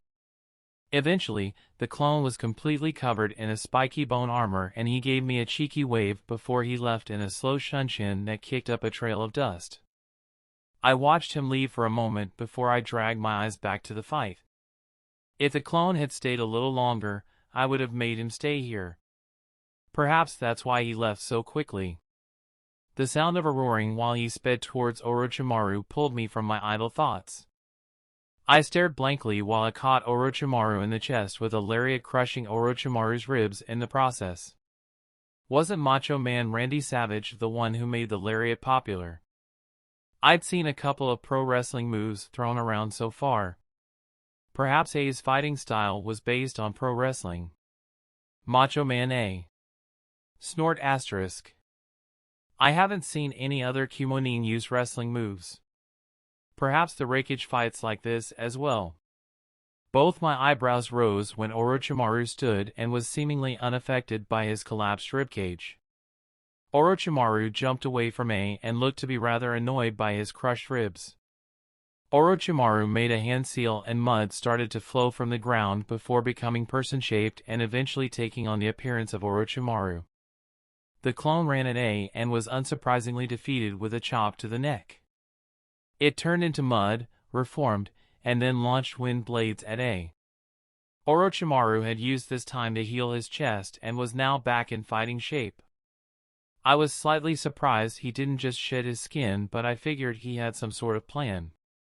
Orochimaru ran through a string of hand seals and trapped A in a twister of invisible wind blades. A was dodging most of the wind blades but was still getting hit by some occasionally. Orochimaru started running through another string of hand seals and inhaled before spewing a huge wave of fire onto the twister. The twister caught fire, burst through it a moment later, and landed beside me looking slightly singed and covered in small cuts. Orochimaru jumped back and landed beside me. His clothing was torn and his reserves were about half what they were, but he was otherwise looking unaffected. I had numerous small cuts covering his body and his reserves were about half of what they were, though he still had more chakra than Orochimaru had at the moment. Overall it seemed Orochimaru came out ahead, but it might be able to outlast him if they continued. Orochimaru and I stared at each other for a long moment before jumping back into the fight, still covered in lightning chakra and Orochimaru with his sword covered in wind chakra. "There you go. Go beat O and save the day, yo. Fool ya fool. Sigh. I saw B do a little dance when he jumped into battle. What a weird duo. Macho Man A and Killer B the rapper." Orochimaru had stopped using big moves a while ago to conserve chakra and was now just slashing at A with his wind-coated sword. A was slowly but surely accumulating cuts and losing chakra while using his lightning cloak. I had battered and nearly killed Orochimaru a few times, but Orochimaru had shed his skin and popped out of his mouth, regenerating the damage both to himself and his clothes. Orochimaru's new but slimy clothes had thrown me off, but not as much as the dancing Killer B was doing every time A scored a hit. I ran a hand through my hair, activated my Byakugan, and covered my face with the bone mask. I might need to interfere depending on what happens. A sped behind Orochimaru and chopped him on the back of the neck. Lateral bolt of pain. I cracked a smile. Orochimaru's clone dispersed and the real Orochimaru popped out of the ground behind A and tried to behead him but was unsuccessful as they shrugged off the blow after and sped away. A touched the back of his neck and stared at Orochimaru, who stared back. A spoke to Orochimaru, but I couldn't hear what was being said from where I was. A suddenly slammed his hand into the ground and through the earth to grasp something. He pulled Orochimaru up through the ground by his hair and threw him into the air. I appeared above Orochimaru with a shunshin and with a yelled guillotine drop, he kicked him into the ground. Orochimaru impacted the ground, forming a crater in the earth and kicking up a strong wind from the impact. I landed and was attacked by Orochimaru's clone, who disappeared in a burst of smoke with a single chop from A. Orochimaru stood up shakily from the crater, eyes wide in what I'd assume was disbelief as they grabbed him from behind and lifted him over his head. Liger bomb. Orochimaru was promptly throttled into the ground, making the crater deeper and kicking up another mini windstorm. I was left staring in both shock and excitement as they dropped Orochimaru and jumped away from the crater. Orochimaru shed his skin again and jumped over to where I was standing for what would likely be the last time, as his chakra was low. "So, what's the plan?" I gave Orochimaru a nod and acted as if I didn't just see him get thrashed. Orochimaru stood still and stared out into the dust at where the wreckage was standing. "I've poisoned him, so now we just need to wait until he retreats." I hummed. I wondered if killing him was the better option. "Not going to kill him?" Orochimaru laughed humorlessly. "Ha! And anger the wreckage and Jinchuriki of the 8 trails? I think not." The dust cleared and we were now visible to the duo standing across from us. I was talking to B, but I couldn't hear what was being said from where I was standing. I didn't look to be affected by the poison. He was still cloaked in lightning and he was standing proud beside B. They should be about to retreat. The poison should now be affecting him. Orochimaru spoke with a hissed whisper. B took something from his pouch and pointed it at the sky. A pop was heard and the duo turned and started running back the way they came. I deactivated my Byakugan, withdrew my mask, and looked at Orochimaru. He looked bored, like he hadn't just fought someone who had tailed beast levels of chakra. Suddenly he smiled. Kakik. I got some of his blood, so this fight wasn't a total waste. I blinked at him and smiled. Nice! I gave him a thumbs up. Orochimaru nodded. Nice indeed. He sadly didn't give me a thumbs up. He stood there basking in his small victory for a moment longer before he turned and started towards the camp. I followed behind him while wondering what my clone had gotten up to. Interlude. I deflected a sword and used the momentum from the strike to spin and decapitate someone approaching from behind. Stay calm, stay calm. I ended my spin with a slash towards an approaching Nin. Stay calm, stay calm. Sadly, I had overextended and someone nearly severed my leg from my body. I pelted him with shuriken and jumped away with my good leg. Stay calm, stay calm. I was one of the few standing between the hospital and a squad of enemy shinobi. I might not make it. I heard a war cry and spun just in time to stop a large sword from bisecting me. That's fine, I'm fine. A fellow Konoha ran the man through with a sword, giving me time to engage with someone who was trying to return the favor and run him through. It's fine, I'm fine. Then as fast as the battle started, it ended. A monstrosity covered in spikes rammed into the ninja I was fighting and disappeared as if it wasn't even there. I heard screaming and turned to see the monstrosity had collected 5 more bodies in its brief travels, one of which was alive and screaming. A spike exploded from the screamer's head, ending his painful existence. I watched numbly as the spikes crumbled like dry dirt and the bodies fell off the monstrosity. Yo! With a wave and a muffled greeting/goodbye, the monster regrew its spikes and disappeared into thin air. Me and the man whom I had been fighting with seconds ago stared at each other in disbelief. What just happened? What just happened? Had I been able to speak, I would have mirrored his words. What just happened? Chapter 50. Orochimaru and I made our way back towards the camp, killing any wounded enemy ninja we came across. Why did Kumo attack us this time? Orochimaru rolled a body over with his foot and stared at the unconscious Kumo-nin before answering. It doesn't matter. Meaning he didn't know. I nodded and pointed my foot at the unconscious ninja and launched a bone spike through his skull. I found my bone clone covered in blood and looking scary as hell. Spiky armor and blood mix well together. How goes it, friend? My clone sent me a wave but didn't move from where he stood. I got closer and looked at him. He had horn-shaped protrusions coming from his head and had a tail that was swaying behind him. Could you look any more demonic? My clone shrugged and the bone started to recede into its body. Probably not. My clone looked a tad bored.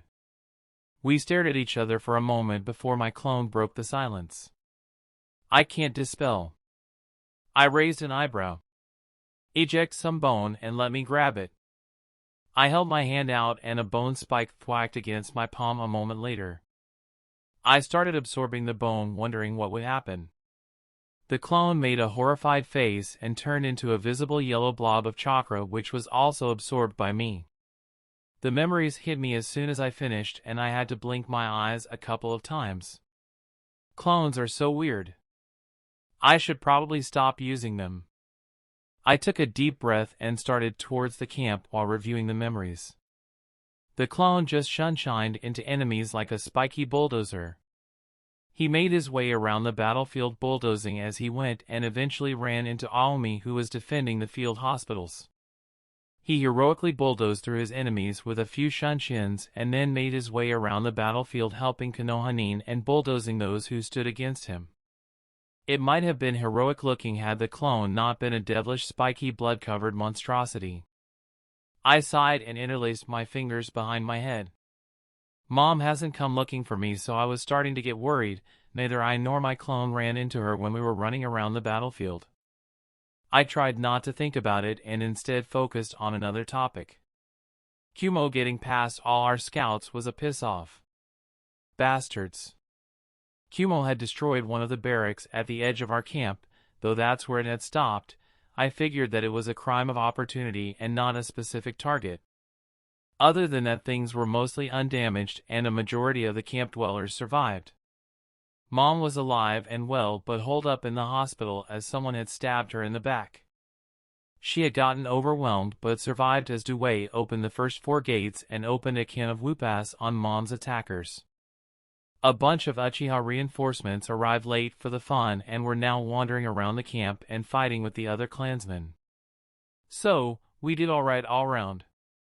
After making sure Mom was okay, pulling an all-nighter in the hospitals, and then sleeping for 14 hours, I was ready to start on my muscles. First, I'd change their composition and then I'd edit my DNA and make an override seal. Then I'd enlarge my reserves to their maximum. Then I'd apply DNA override to my body using my new chakra reserves. And then I'd have to wait 3 to 6 months for the changes to slowly take effect. While that was happening, I could train my control back to what it was and explore DNA a little more. Though when I edit that DNA, I should be using the youngest possible DNA. I guess I get to use that enzyme and de-age the DNA some. Fun stuff. I waved a bone sword around, swiping at imaginary opponents, trying to get some practice in with my new muscle composition. I went for a speed build and so far, it seemed to be working well.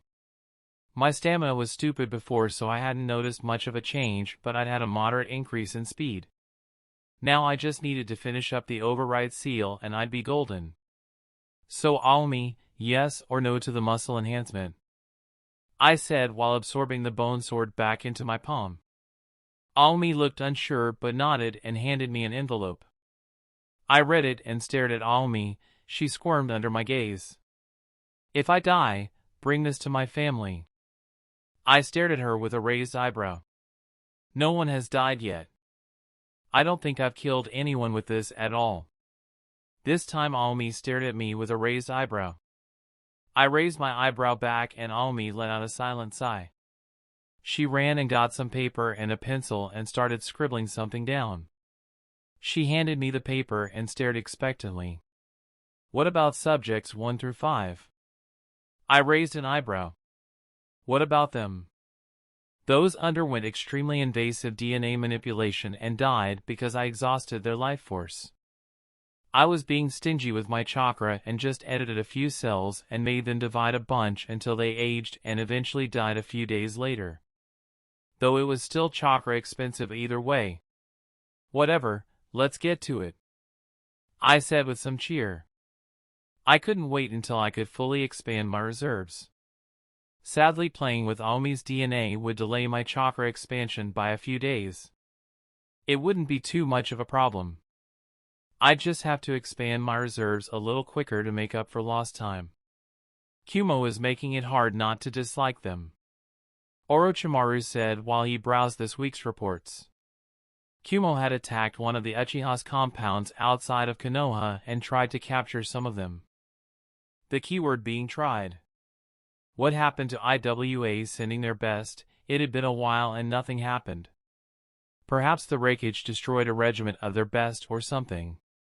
Kumo and IWA are fighting along the borders of the Land of Snow. Orochimaru flipped through the pages of his report as he spoke. I hummed. Should we give killing the wreckage a shot? Orochimaru shook his head near instantly. Had IWA not volunteered so kindly, I'd give killing the wreckage a shot. Kakik. Orochimaru chuckled softly, but as it is, we should let IWA throw themselves at the wreckage. Orochimaru finished reading the reports and stacked them neatly before putting them in the top corner of his desk. Come, let us see what mysteries A's blood may hold. Orochimaru smiled and started laughing. Kakik. I sighed and trailed after him, hoping he'd let me have a little of that blood. The wreckage had tailed beast-level reserves. Hopefully, I could add that gene to myself. Unless it was some sort of bloodline. But hopefully, that isn't the case. My reserves were expanded as much as I could and the override seals were finished. Both my DNA and Aomi's were de-aged and I was ready to go. I just needed fuel to changes, and all would be well. Aomi, come empty your chakra into the seal. Aomi ducked her head and made her way to the center of the room where the large scroll containing DNA override laid. She started sending her chakra into the seal, and the seal responded in kind. It started sending chakra into her as well, enacting the changes as it was programmed to. Empty your chakra faster than what you are doing. The less chakra you have in you, the faster the process will be. The less chakra the seal had to fight against, the better. Aomi nodded and started pouring her chakra into the seal with renewed vigor. Keep your hands there, I'm going to start fueling it with my chakra. I placed my hands on the edge of the seal and started adding my chakra, though I let Aomi do most of the heavy lifting for the moment. I'd be up to me to fuel it when she ran out of chakra. Aomi's final dregs of chakra sputtered into the seal, and she looked at me with teary eyes. Don't worry, there's going to be minimal death today. Aomi's eyes teared up a little more before she fell unconscious while the seal continued its work. Now I just had to wait. Hopefully, I wouldn't have to tap into my seal for this one. Sadly, I did indeed have to tap into the seal. Hurts. Aomi woke up with a groan.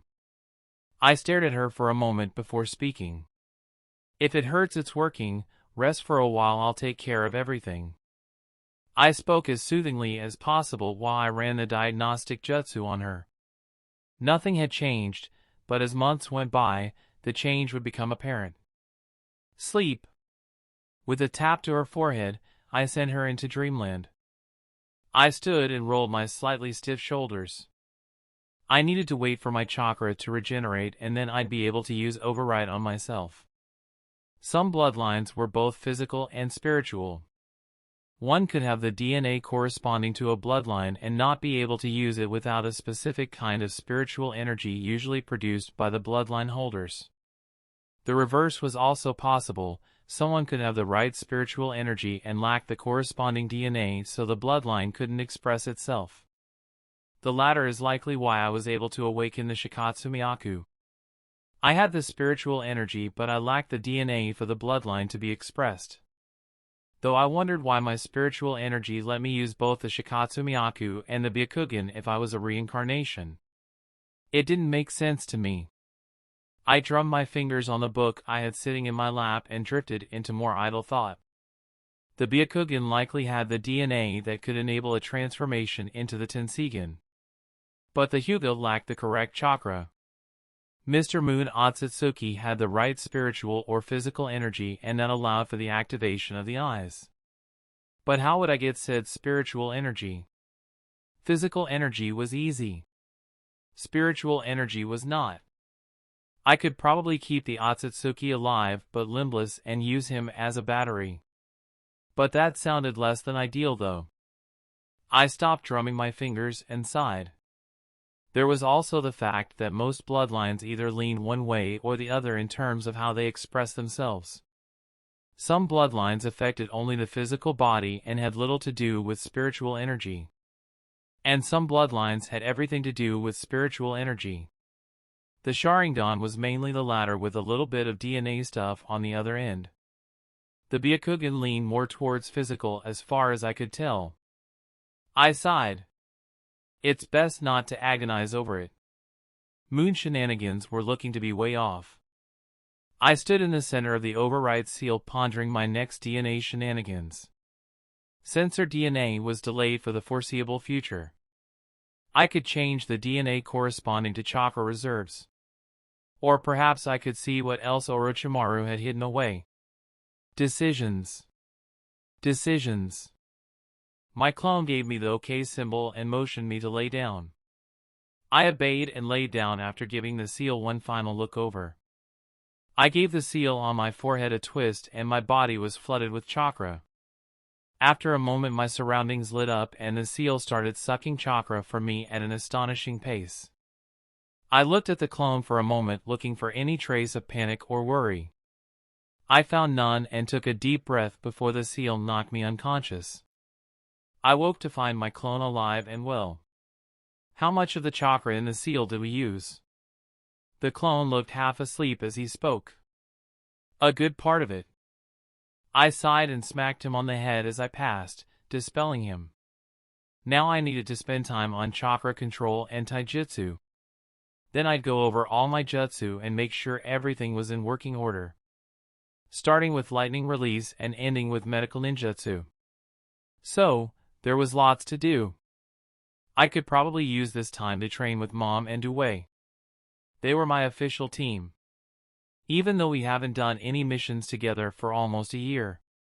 Something to rectify perhaps. I don't want the team disbanded after all. I gave my weird spiky sword a swing whilst Mom stared at me. Were you trying to make it creepy? Mom sent me a bland look. I shook my head and started absorbing the sword. If I don't have a tight grasp on my chakra, it becomes spiky by itself. My tone was as bland as the look Mom was sending me. Mom hummed. Don't go out of your way to make it creepy, it's already creepy enough when you pull bones out of yourself. I smiled at the idea that I had. You mean like this? A handle exited from my back and I ripped it out with a squelch. I waved my spine at her teasingly. Shiro! Her disapproval only fueled my desire for shenanigans. Fine then, how about some gentle fist tag? I planted my spine sword into the ground and crossed my arms. After a moment Mom nodded. Alright, you need to use your gravity seal though. I nodded. Already done, now you're it. I took off with a shunshin, leaving Mom behind and disappearing off into the land of hot springs. I wouldn't want her tracking skills to get rusty.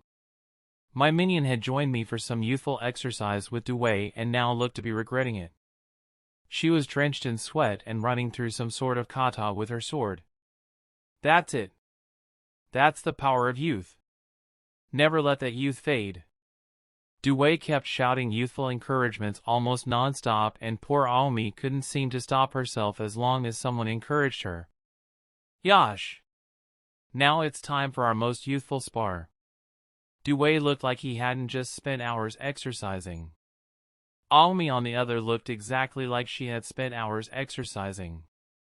Perhaps Aomi should sit this out, I said in consideration of her fatigue. Dewey looked genuinely disappointed, as did Aomi. Negative, a hand sign from Aomi made Dewey change his tune. Yes. That's the spirit. Aomi, please do me the pleasure of a youthful spar. Sigh. I saw Aomi nod. I started making my way away from the two. I think Dewey might have a new training buddy. My birthday came and went. Nothing of note had happened. I spent plenty of time going through my repertoire and honing my control. I saw little improvement in anything other than my speed and reserves. Going through my moves did help me remember different techniques that had seen little use from myself over the last few years. All in all, things were well. For now. Interlude. I was quietly making my way towards the baths, eager to remove the rusty smell of blood from my hair. Whoosh asterisk. I heard the telltale sound of a sword cutting through the air. I quickly raised a kunai, successfully blocking the surprise attack. I turned and met Shiro's eyes, an approving look was clearly visible in them. Well done, as expected of my minion. Shiro tilted his head and stared at me. I huffed at the word minion and ignored the fact I was just attacked. As I didn't have my notebook with me, I couldn't refute his use of the word. I should have brought it with me, but I hadn't expected to need it on the way to the baths. Well, I've got a small mission for you. The sword in Shiro's grasp slowly flowed into his hand. I sighed silently and nodded. It looks like my me time would be delayed. I couldn't say no to the boy who was essentially my boss. And Inuzuka is causing me grief. Shiro paused and tapped his chin. I can't go around beating women, so now it's your job. I blinked. Why was I supposed to beat up the woman? More importantly, did I want to make an enemy? Snap asterisk snap asterisk snap asterisk. Shiro snapped in my face, successfully gaining my attention. Don't worry about the who, what, where, or why. Shiro stared, his eyes half-lidded. Just go and savagely beat her, like her father would have wanted you to. Shiro quietly chuckled to himself. I, however, was horrified. Oh! Don't forget the dog. Shiro mimed kicking something, further horrifying me. Shiro ignored my horrified look and pushed a folder that appeared from out of thin air into my hands. So, beat the woman, beat the dog, and tell her to stop fighting with everyone. Shiro gave me a bright smile. Sound good? I shook my head. It did not sound good. I pushed the folder back into his hand, trying to deny the task. Ah! Shiro waggled a finger. That's yours. Shiro pushed it back into my hands and stepped away. Well, have fun. He sent me a cheery wave and a smile before disappearing in a shunshin. I stood and stared at the spot he previously occupied. What was I supposed to do? I didn't want the task, but I didn't think I could refuse. It was probably some sort of test. I swallowed, feeling a slight lump in my throat. I wasn't sure how I would go about this. I took a deep breath in preparation and opened the folder. Everything was blank. I quickly flipped through some pages, and after a while, I skipped to the end, and on the final page were 2 words. Behind you. I stared in confusion. Whoosh asterisk. I felt the hair on my neck rise, so I ducked and jumped away, successfully avoiding whoever it was that tried to strike me. I landed in a crouch and spun towards my attacker, kunai in hand. My gaze landed on Shiro, who had a goofy smile on his face. Well done, minion. Shiro gave me a thumbs up with his free hand. I stayed crouched and kept my kunai out, thinking there would be another surprise attack. After a while, Shiro's smile disappeared and a serious look replaced it. Good job, but remember, minion. Shiro paused and pointed at me dramatically. Constant vigilance. Shiro again disappeared in a shunshin a moment later. As I doubted he left, I stayed crouched for a minute longer. He might attack again when I let my guard down. I sucked a deep breath in and stood. Would he attack again? I shook my head and started towards the barracks. I didn't want to be attacked while I was bathing. After a tense walk to the barracks, I arrived in one piece. I gave my surroundings one final look before I grasped the door handle. I felt someone tap my shoulder, but when I turned, no one was there. Being in the barracks likely wouldn't stop a surprise attack from Shiro. But hopefully, the thought of being beaten by everyone in the woman's barracks was enough to stop him. Though I doubted it would, I wanted the illusion of safety the barracks would provide. The illusion of safety was a comfortable one after all. With that in mind, I opened the door and stepped into the barracks. Chapter 51. So, no luck, huh? I stared at a scalp Orochimaru had thrown over his shoulder and into a trash bin. Orochimaru stared at me like I was an idiot. I've not been successful yet, he said blandly, though he sounded confident that he would be successful. Orochimaru had complained about managing the camp and that it was eating up his time. I had offhandedly suggested the Orochimaru should look into the DNA governing the body's sleep schedule so that he could have more time to study to his heart's content. Orochimaru had immediately dropped his work on A's DNA and excitedly started performing brain surgeries on our prisoners. He wanted to study sleep and its effects on the brain before he got into DNA. Well, have fun. Orochimaru kept muttering about the dorsal pons and ignored me. I blinked at his back and turned to make my escape. My chakra control was almost up to scratch again. It surprisingly only took a month. Perhaps achieving near-perfect chakra control was easier a second time. I stared down at the limbless man potato. He wouldn't stop moving about even without his limbs.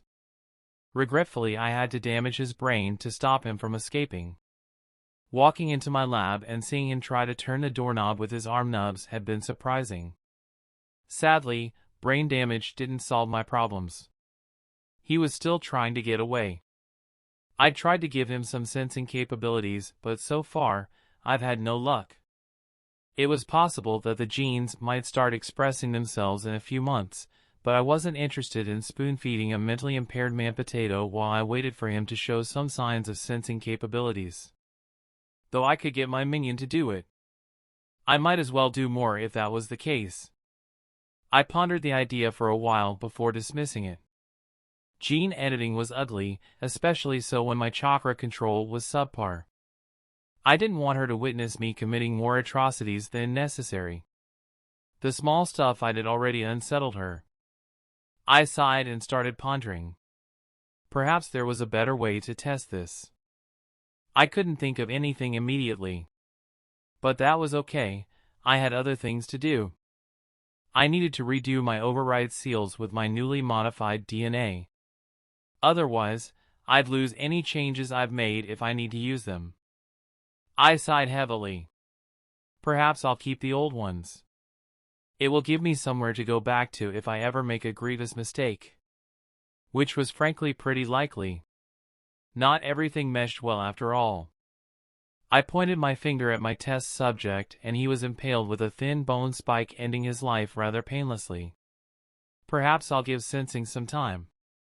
It wasn't even something I needed that badly. Orochimaru had other modifications that he has done to himself. Perhaps I could snag some more from him. I guess I'll see. Changing your hair and eye color is definitely for the best. I crossed my arms and pouted. I was only half serious, I was just trying to get her to consider the idea. As long as she thought about it, that was enough for me. Colorful hair and eyes may make you a target for enemies. I took a moment to admire her writing, it had gotten neater. I laughed. That's the point when enemies are always after you, you have to get better. That's why people with colorful traits are always stronger and stand above the cannon fodder. Aomi didn't look convinced in the slightest, she started scribbling furiously on her notepad before turning it and shoving it in my face. Are you trying to make me a target? I shrugged. No, but that's how you get better. If you're constantly fighting off enemies, it's hard to not get better. Aomi stared at me blankly before withdrawing her book and writing something down. You're crazy. Aomi was sending me a judgmental stare while she held her book up. I sent her a judgmental stare in return. I'm also not wrong. We stared at each other for a bit longer and I noticed that Aomi didn't tower over me like she had when we first met. I'm a growing boy. I smothered my smile and spoke. Adversity breeds strength. Having people eager to stab you in your colorful eyes is adversity. Aomi shook her head and started walking away. Black hair and ruby red eyes. They'd look fantastic. I shouted at her as she was leaving. Aomi gave me the equivalent of the finger and slammed the door behind her. My test subject, who was strapped to the table, met eyes with me. Woman, eh? I wriggled my eyebrows at him. My test subject stared at me. Seeing that he didn't agree, I tapped him on the forehead, sending him off to dreamland. I was feeling surprisingly silly today. I wonder why. If someone was slapped with a book, would it be physical or verbal assault? My tone was bland and didn't display any of the amusement I felt. Mom stared at me disapprovingly and drummed her fingers on the table where she was sitting at. Shiro, stop it. I sighed as my attempt to lighten the mood was shot down and returned my focus onto the book on Fuinjutsu I had borrowed from Orochimaru. Fuinjutsu was mainly used in sealing energy, sealing living beings, summoning, and barrier techniques. For Fuinjutsu other than that, custom symbols were required. I was trying to find something on the creation of custom symbols, but I've had no luck. I had the intent infusion thing down, and my calligraphy and understanding of kanji was about as good as it could get without a dedicated teacher. But I was stuck on making custom symbols, aka using English and French in my seals. I hadn't used either language in years and my grasp on them was slipping. I feared if I didn't get on top of things soon the possibility of using them would be lost. It was a slight problem. One that I could hopefully overcome. What are you working on that's got you so troubled? Mom walked over and peeked over my shoulder. I hummed, trying to buy myself some time to finish the page before I spoke. Fuinjutsu. Mom stepped back and made her way back to the spot she was occupying. Ask Minato and Kushina next time we're in Konoha, they'd be happy to help. I just hummed and nodded, as that was what I planned on doing next. If I remember. Sadly, I tended to forget about stuff that I wasn't immediately focused on. I'm training with Aomi and Due in about an hour. Are you interested? I stifled a yawn. Mom wordlessly nodded and leaned back into her chair. Is Kenji coming? I turned back to my book and shook my head. He's distilling some alcohol right now. We had run out in the camp and Kenji was tasked with doing so, though the reason was completely beyond me. So, he won't be coming? No, he's probably drunk on medical-grade alcohol. No. Mom nodded. Sigh. Alrighty. I looked at her over my shoulder. Sighing and saying alrighty were my things. I blinked at her and again turned back to my book. Whatever. Gene editing reminded me of character creation. I was optimizing the traits I wanted, making some stuff dormant and some stuff active. I chuckled. I was essentially assigning stat points via DNA manipulation. It was an amusing thought.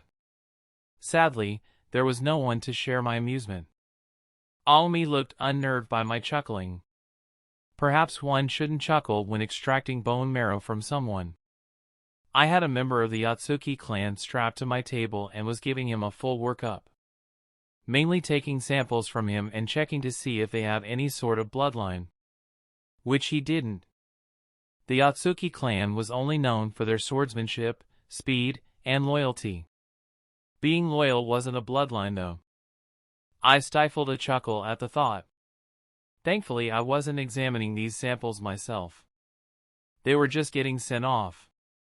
Which thankfully gave me more time to cackle like a mad scientist and try to figure out new ways to edit my DNA.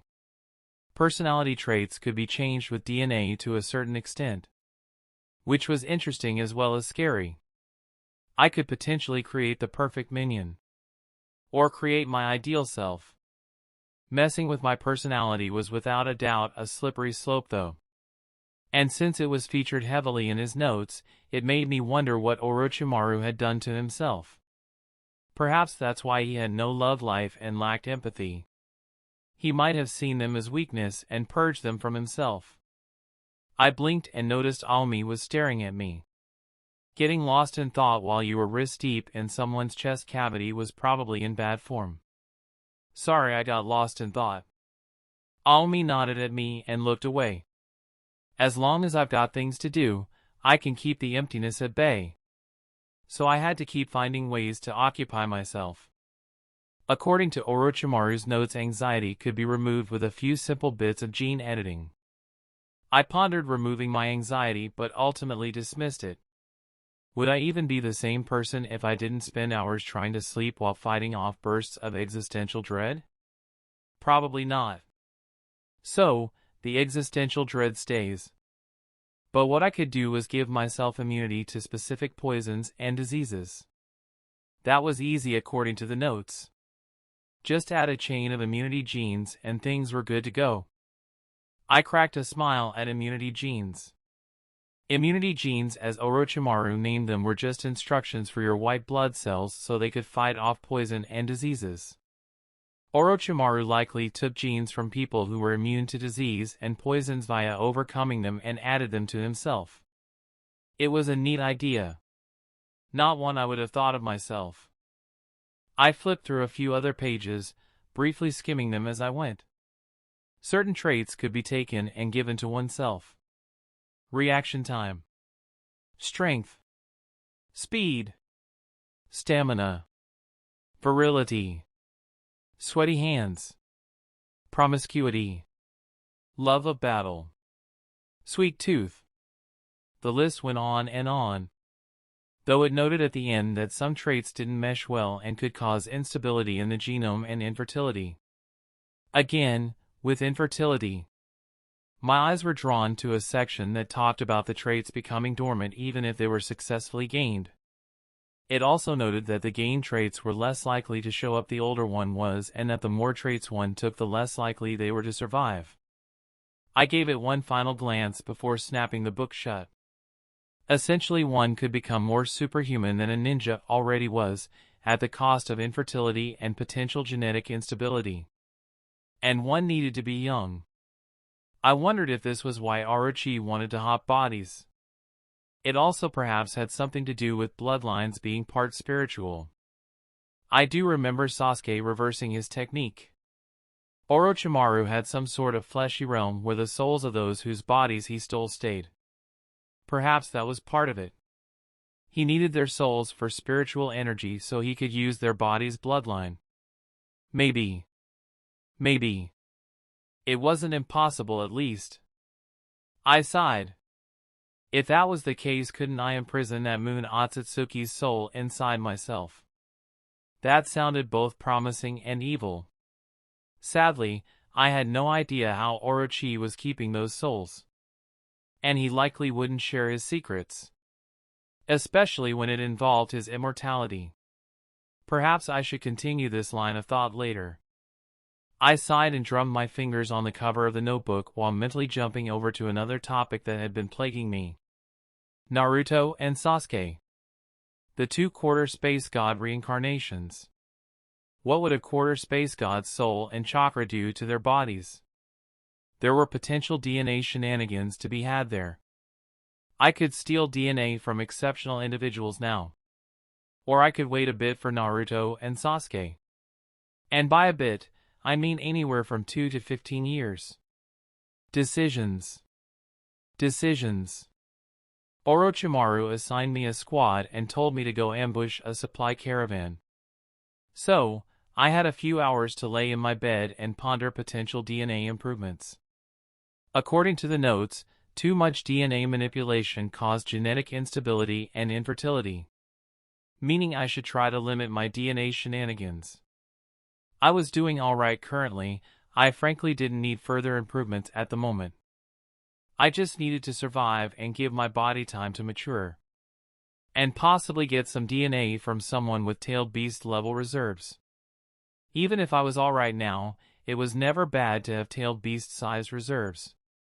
So, I needed to mature and I wanted big reserves.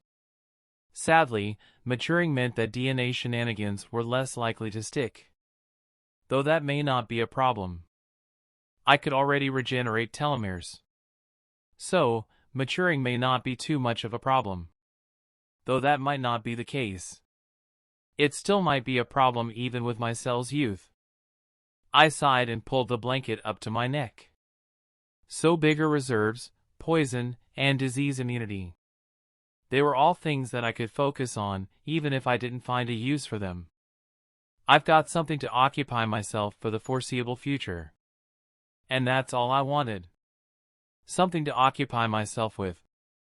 I stared at Shiro as he continued to explain how to successfully mend arteries. Shiro had taken a hit meant for our patient, and after dispatching the enemy causing our patient to survive, Shiro made this a learning opportunity. Alright, your turn. Shiro's words jolted me into reality. I placed my hands on either side of the wounded area on the patient's leg and started to fill the flesh with healing chakra as I was taught. The flesh knitted together with little input from myself, and I focused my attention on the artery. I surrounded it in a layer of chakra and dammed up the blood, stopping it from flowing out and into the leg. The hard part done, I started the mending of the artery itself and turned my eyes towards Shiro, who was watching with an expression of vague approval. Thanks for taking the hit, it was very brave of you. My patient spoke, startling me. Blood started to flow from the artery and Shiro reached down and stopped the flow with a quick tap to the leg. Focus.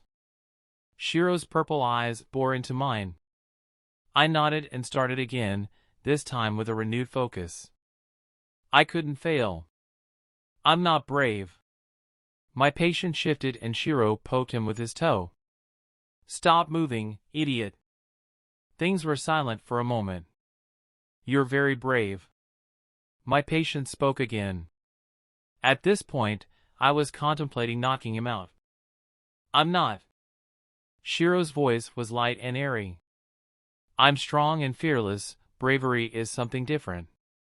My patient opened his mouth to speak again sleep. But Shiro stopped him with a tap to the forehead. Shiro sighed loudly and poked my patient with his foot.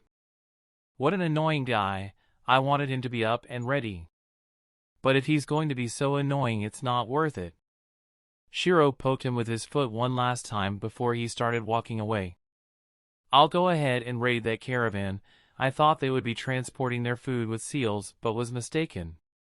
Shiro sighed again. I wouldn't have killed these incompetents otherwise. Shiro stuck his foot under a downed ninja and flicked him into the forest with a grunt. I'll be back, loot them, and see if they were carrying anything useful. I stared at his back as he departed in a shunshin. I let out a soundless sigh and withdrew my hands from my now healed patient. I guess we attacked these men because Shiro thought they were carrying the supplies. I sighed again while staring out at a field of corpses that was interspersed with Konohani looking for anything of value. This was pointless. War was pointless. Everything was pointless. Chapter 52. I idly hummed as I walked the perimeter of the camp, Byakugan active. Things in Frost were okay, we held our ground and made it difficult for Kumo to get supplies into Lightning Country. That made them pissed and now we had to worry about a potential Raikage attack. Things in Grass were a shit show, not much had changed. There were constant large battles and we were losing a good part of them. Noodles was doing alright, but anyone who stood out was immediately assassinated. Kiri loved assassinations. The battles in River Country were pushed into Wind Country where we blocked Suna from importing water from River Country. Sadly, Suna didn't like that and were now fucking us up. Who thought it was a good idea to fight Suna in Wind Country? I sighed as I thought about the state of things. According to my rough timeline, we had about a year more of war. Things weren't looking too good for Konoha. We were besieged on almost every side and we would soon run out of civilian ninja to throw into the meat grinder. So, soon the clans would be forced to commit more of the ninja. And once those ran out, they'd send in the academy students. It wasn't looking good at the moment. But Konoha still had Kushina, Jiraiya, and Tsunade to toss around. Not to mention the Hokage and Danzo. All people who should probably be participating in the war. I sighed and kicked a branch covered in frost into the woods. Besieged and with a good part of our heavy hitters doing fuck all, things were looking slightly grim. For the average ninja at least. I turned my vision telescopic and gave the area a brief sweep before deactivating my Byakugan. Jiraiya was in Grass according to Orochimaru, so there was a good chance Minato would be free should we have a Raikage problem. I turned and started making my way into the camp. I looked at the sky and mentally thanked IWA for angering the Raikage and keeping him and the Two-Tails Jinchuriki busy. If he wasn't so busy he would probably be demolishing our camp right now. I laid in my bed and stared at the ceiling of my room with thoughts of the Tensigen swirling around in my mind. Madara took years to awaken his Rinnegan and he already had all stages of his Sharingan unlocked. I think it's because it took a long time for his two chakras to combine and become Six Paths Chakra. But the Moon Otsutsuki got it within a few days. So, the Moon Men had the chakra but lacked the eye. I had the eye but lacked the chakra. Sadly, the Tensigen was dependent on the Otsutsuki's chakra then. If I remember correctly, after the eyes were returned, they were no longer the Tensigen. Meaning if I wanted the Tensigen I had to be able to produce the chakra that the Moon Otsutsuki produced. So, I somehow needed to produce their physical energy and spiritual energy. Physical energy was easy. There were many ways I could do that. Spiritual energy was my main problem. And it wasn't an easy problem. But then again, I wasn't sure. The physical energy from the Moon Otsutsuki might be the only thing I require.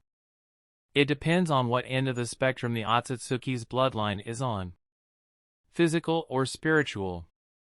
Sigh. This was annoying. I couldn't keep the Tensigan out of my head. It was my next big goal. Sadly, I likely wouldn't see any progress for a long time. I watched with slight annoyance as the skin on my hand regrew after another failed attempt at replicating A's chakra cloak. The cloak was just lightning chakra, there was little actual electricity needed. So why the fuck did it keep burning my skin off?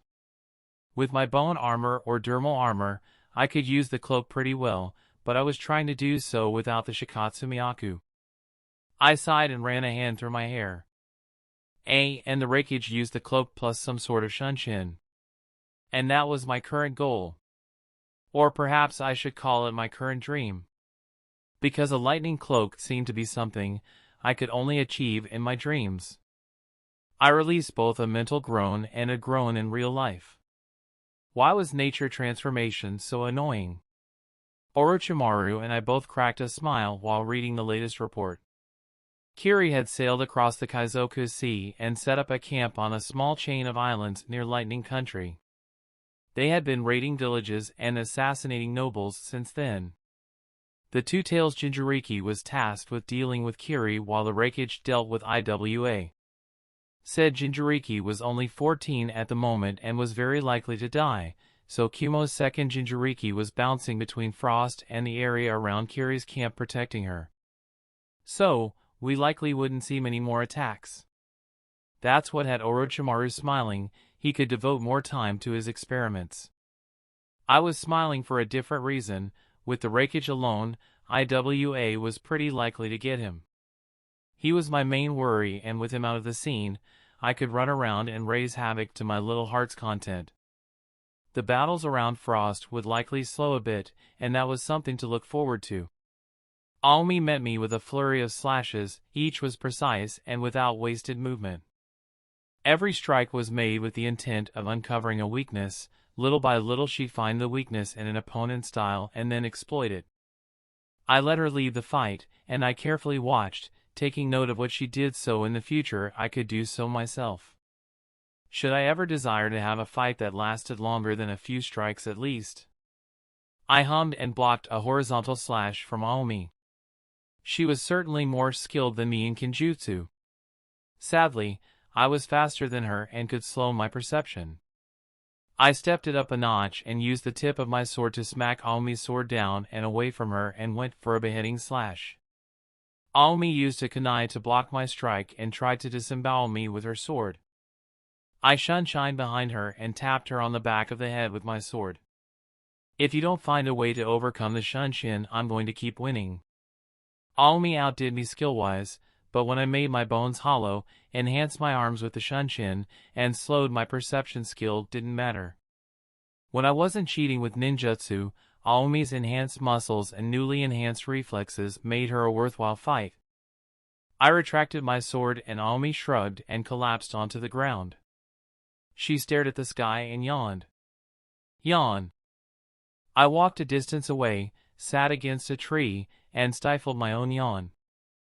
I ran my chakra through my bones, felt myself become notably heavier, and smothered a second yawn. Changes to my bones' density seem to be the most chakra expensive. I imagine it's because calcium needs to somehow be created. I certainly didn't get it from my food. Nor did my body seem to store it anywhere. Yawn asterisk. I yawned this time, failing to smother it. Late night missions were the worst. What's the problem? I narrowed my eyes and stared at the Inuzuka duo who had sought me out. Half of the problems in the camp were caused by the Inuzuka, so I had little patience when dealing with the lot. He shifted from side to side. One of the squads disappeared. He trailed off at the end.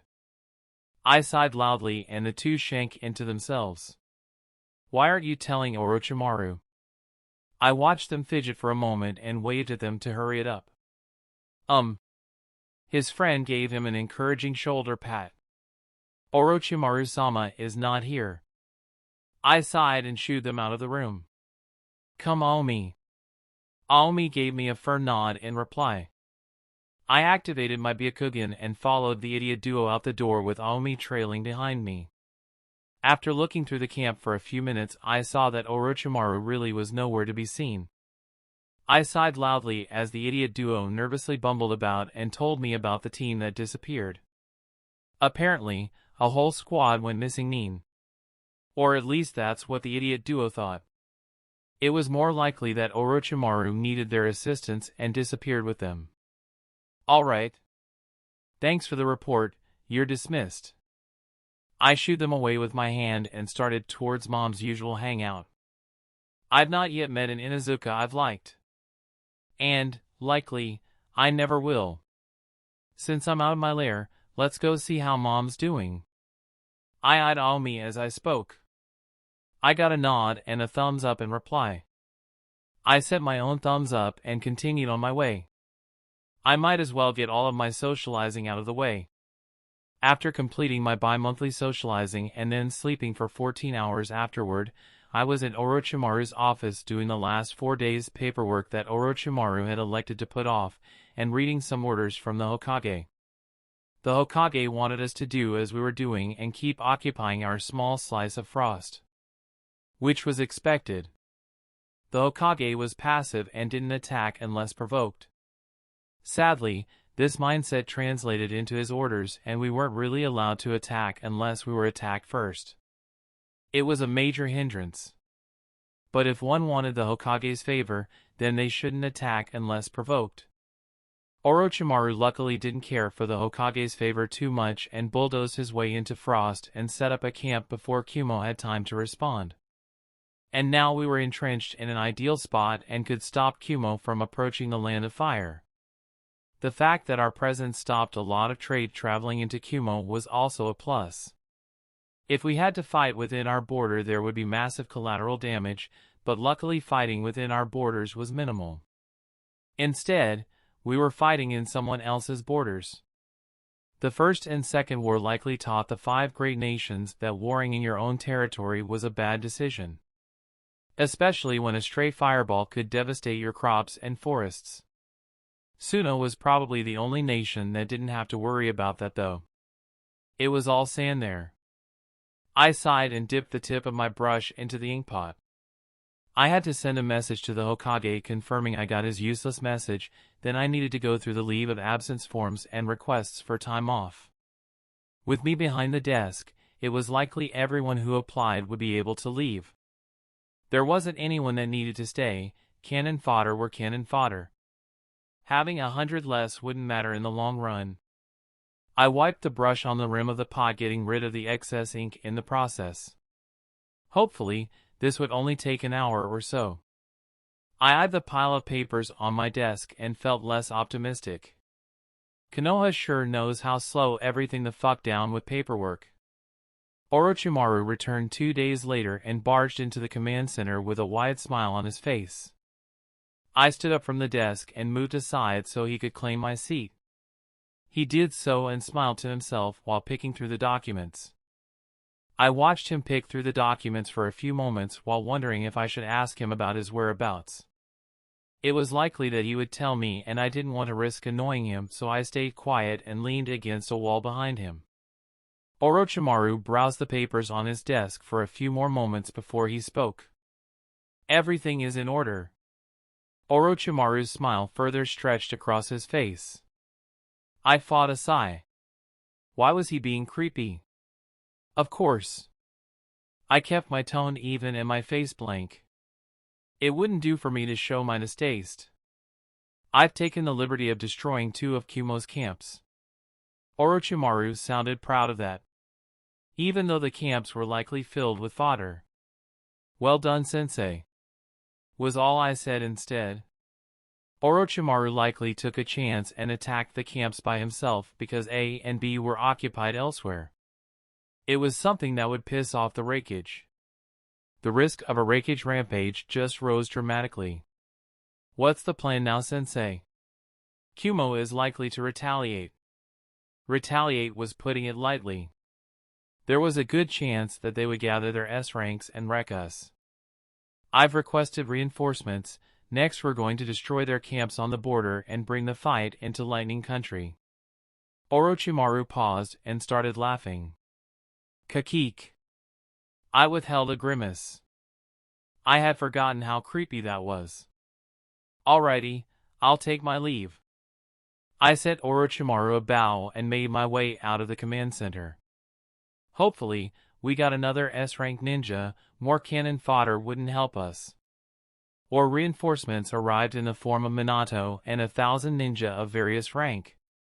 With 1,000 ninja making their way from grass to frost, there was no way Kumo didn't know what was up. The door swung open with a creak, interrupting my thoughts. Orochimaru stalked through my lab and handed me a sealed scroll and stalked away, likely eager to continue his experiments involving sleep. I gave the scroll a quick read and heaved a heavy sigh. The Hokage was ordering me to go to Kiri. As fun as that sounded, I wasn't interested. But orders were orders. And sadly, I couldn't refuse. Replacing me with Minato. Fuck, this was annoying. Goodbyes were said. Bags were packed. My minion Aomi was given instructions on how to manage my lab. And Orochimaru cursed the Hokage for taking his #1 minion. Everything I needed to do was done. Now it was just a day of travel. I'd have a nice change of scenery and some warmer weather to look forward to. And potentially finding the Akatsuki shark dude was a plus. He was called the tailed beast after all. I could use some of his DNA. I cracked my knuckles and rolled my shoulders. It was time to go. From what I understood, the situation in Noodles was alright. The force there was mainly comprised of clansmen. Under the lead of Fugaku Uchiha, things in Noodles were going well. They won some and lost some, nobody stood out aside from Fugaku. Anyone who did was almost immediately assassinated. There were less large-scale battles and more small skirmishes and assassinations. So, according to the scroll I had gotten, I was supposed to team up with Fugaku and push Kiri out of Noodles and back to where they came. I sighed and adjusted my course so I could avoid a Konoha scout team. I didn't feel like being stopped and questioned. Nor did I feel like fighting in the open fields of Noodle Country. I haven't been enjoying the war for a while now. I held in my sigh and continued on my way to Noodles. I should arrive in a day or so. After sneaking past the camp scouts, I made my way directly to Fugaku, who welcomed me with a raised eyebrow. Hyuga-san, it's been a long time. He nodded at me. I nodded back and gave a lazy wave. Yo! I stole a chair from a group of chairs that were stacked against a wall and claimed a seat in a corner. I leaned back lazily and yawned loudly. Yawn asterisk, how goes it? I rubbed at my eyes a bit, feeling a tad bit sleepy. Fugaku didn't look impressed at my lack of manners and crossed his arms and looked at me with slight contempt. Mist has been avoiding direct battles, so I called for reinforcements so we could bring the battle to them. Fugaku spoke in a bland tone. I hummed. Most of the 7 swordsmen were sighted in Lightning Country, so Fugaku likely thought it was an ideal time to try and push Kiri out of Noodles. They currently had their Jinchuriki lurking somewhere, and that was what we had to worry about. When do you plan on attacking? I stifled another yawn. I watched Fugaku stifle his own yawn with slight amusement. Tomorrow evening. He spoke with a clipped tone. I hummed for a long moment. Alright, I'll see you then. I gave him a sloppy wave and sunshine towards the edge of the camp before he could say anything. There were other clan heads and clan heirs here lurking around the camp. I didn't want to endure idle chatter from them. Sigh. I sighed heavily. Kiri had quite the setup. Instead of a few large camps, they had many smaller ones dotting almost the entirety of Noodle Country. Some were underground, some were set up in villages that had been taken over, and some were in what little forested area Noodles had. Kumo and Konoha opted for 2 or 3 large bases and ran things from there. Kiri seemed to have taken a different approach and dotted the entire landscape with bases. I imagine it would be easy to wipe out these small bases. I don't know why Fugaku was having such a problem clearing them. Especially with plenty of Hyuga and Uchiha. It didn't quite make sense. I changed my vision to telescopic and gave my surroundings a thorough scan. The bases held about 4 squads of ninja each, and so far, I'd seen about 20 bases. I was about halfway into Noodles and was hesitant to travel too deep. My chakra usage was undiscovered, but I likely wouldn't continue to have such luck for long. They probably had a competent sensor in one of these camps. And I didn't need to get swarmed. Especially with no possible backup. I held back a yawn. As much as I would like to know where all the camps were, a little surprise was good sometimes. That, and I didn't want to delay my beauty sleep any longer. So now I needed to steal someone's house for the day. Sigh. And depending on what time I woke up, I might be able to set up some explosive tags in a few of the camps. If I destroyed their important infrastructure ahead of time, it would make the coming battle easier. Plan of action decided. I let my Byakugan return to its normal vision and started making my way towards Konoha controlled territory. I had a bed to commandeer. Chapter 53. I woke up in the middle of the night and quickly got dressed and left the house I had occupied with thoughts of explosions dancing in my head. I had a surplus of explosive notes and would love to blow up some camps. But if I had to use the Shikatsumiyaku, Kiri would know I was here, if they didn't already know. The element of surprise usually worked well. I wouldn't want to lose it. So, I wouldn't. I made my way to a huge tree that was surrounded by fields and stopped just under it. I dropped a few stacks of custom explosive notes, perched myself on the tree, and made a hand sign. A few shadow clones appeared and sped off into the distance after grabbing the stacks. The clones' hair changed to black as they left my sight. Henge for the win. Hopefully, I'd regain the missing half of my chakra before we had to fight.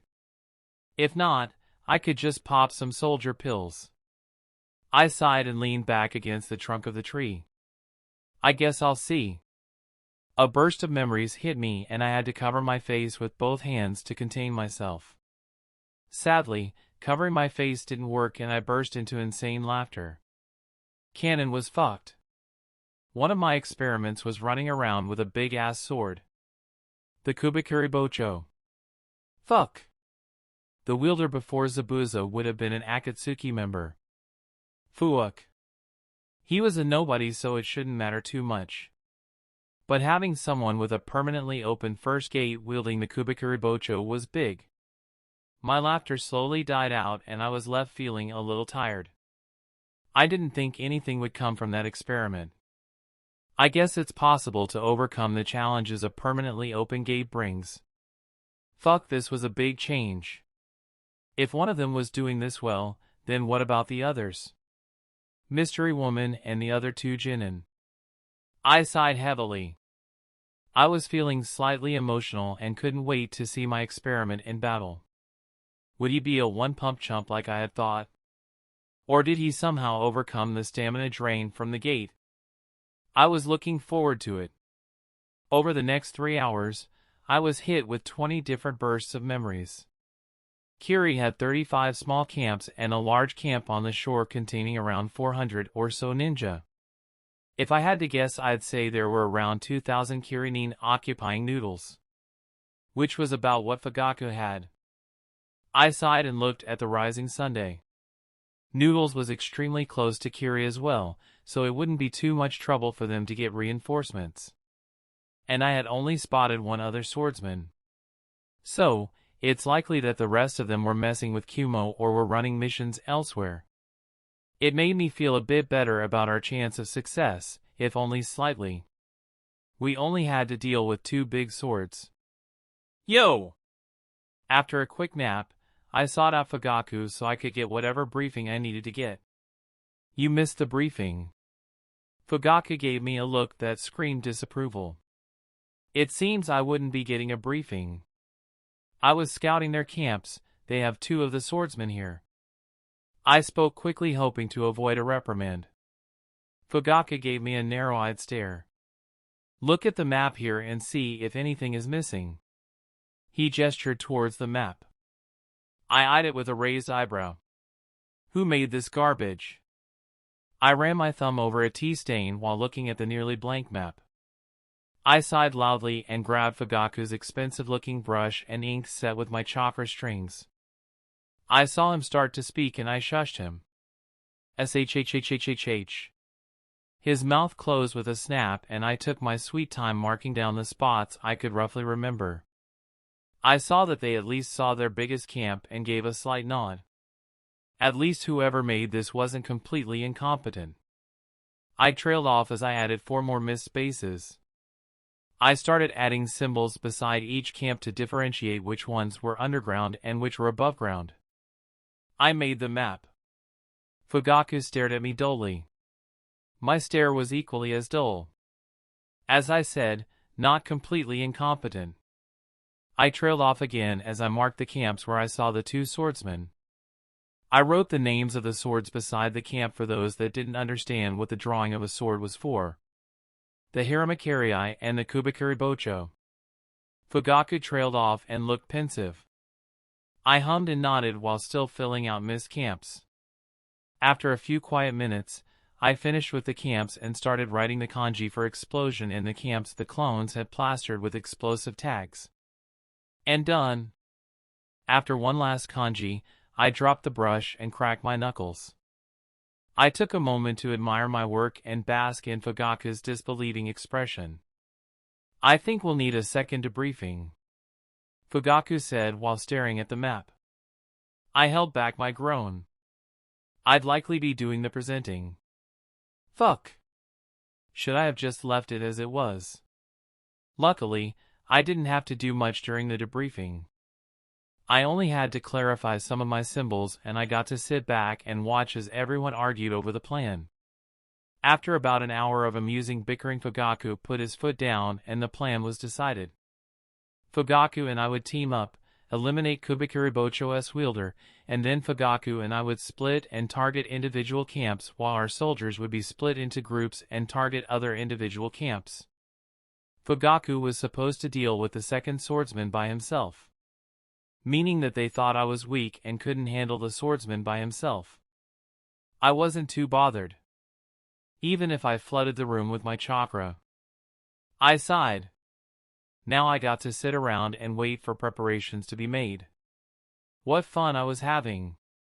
Fugaku and I stood side by side watching over the preparations.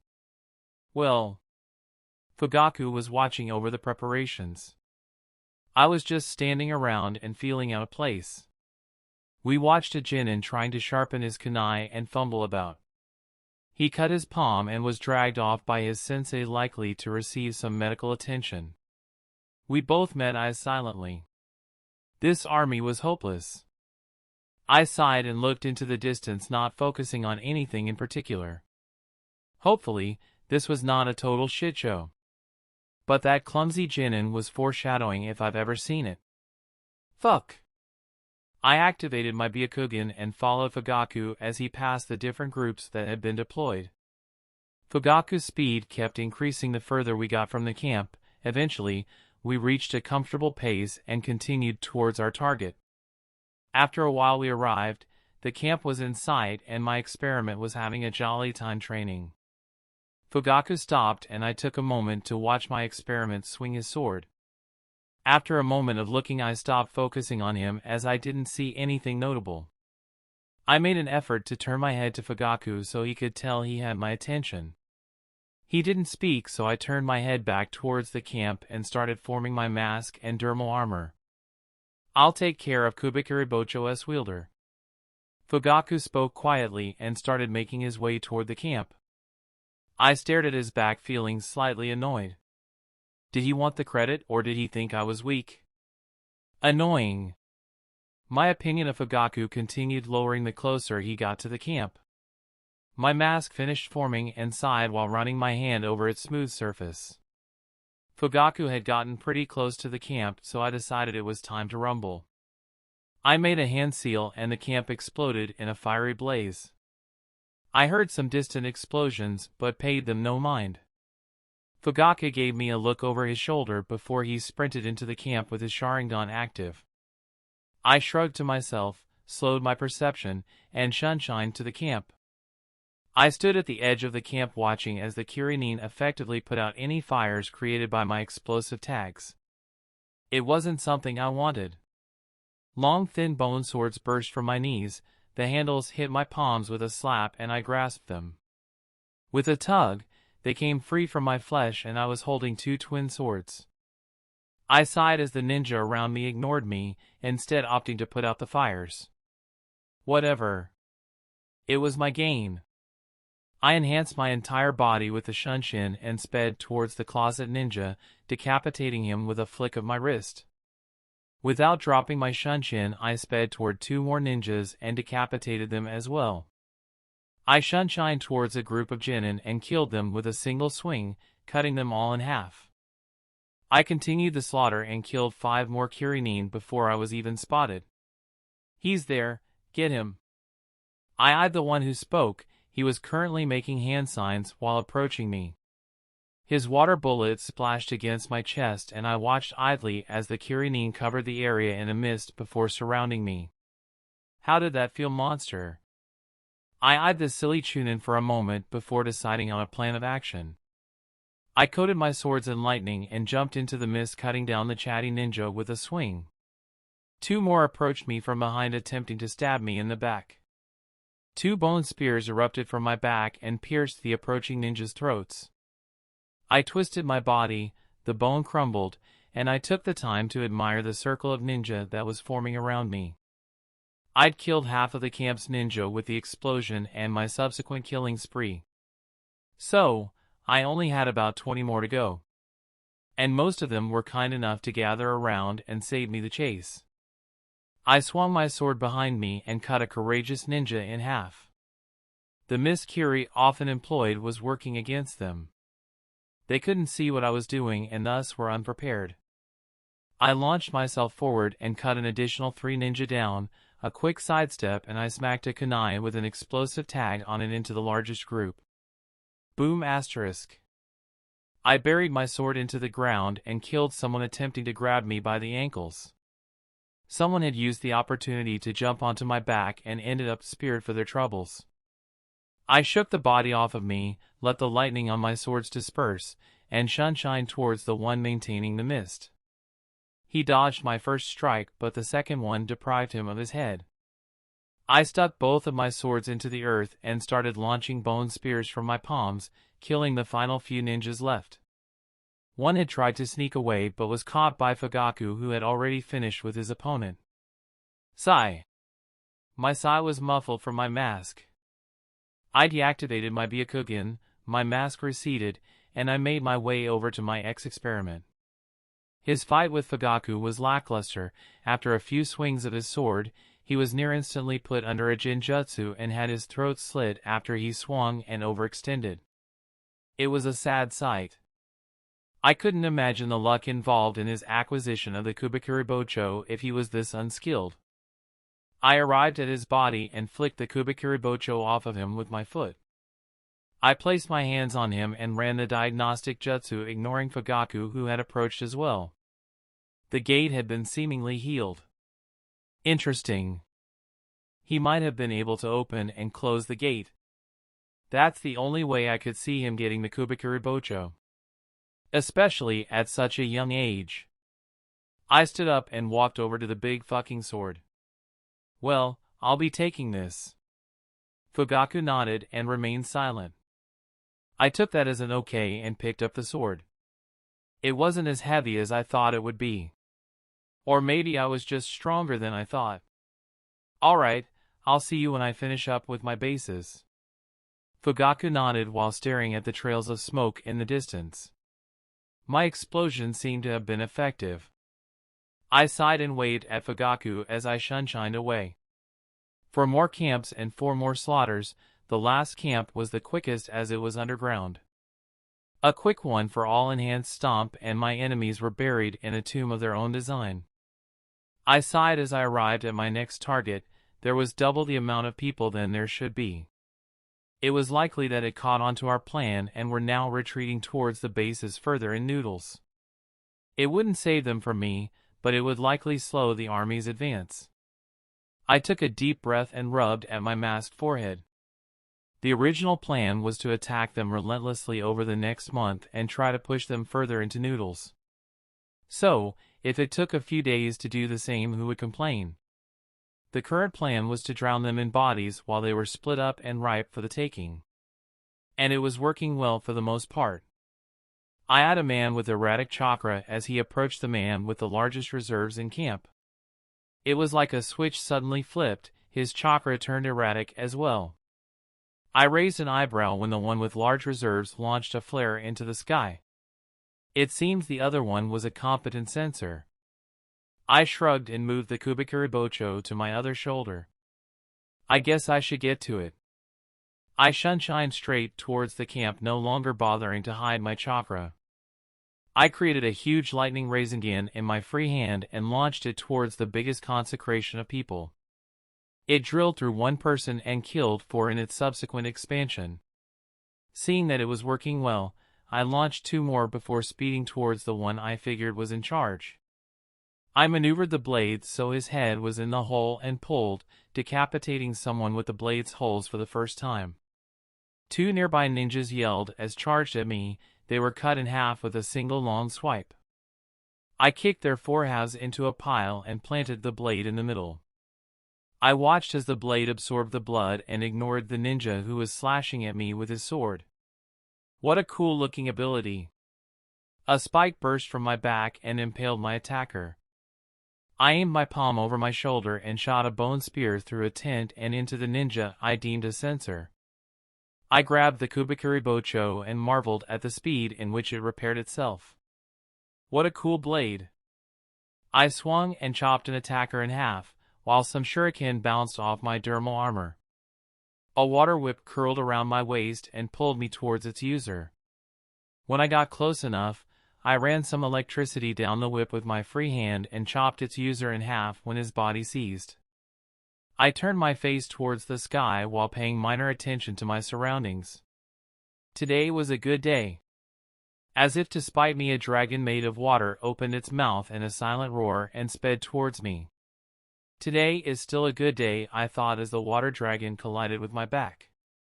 I sighed and planted the Kubikuribocho into the pool of blood that had formed under my feet.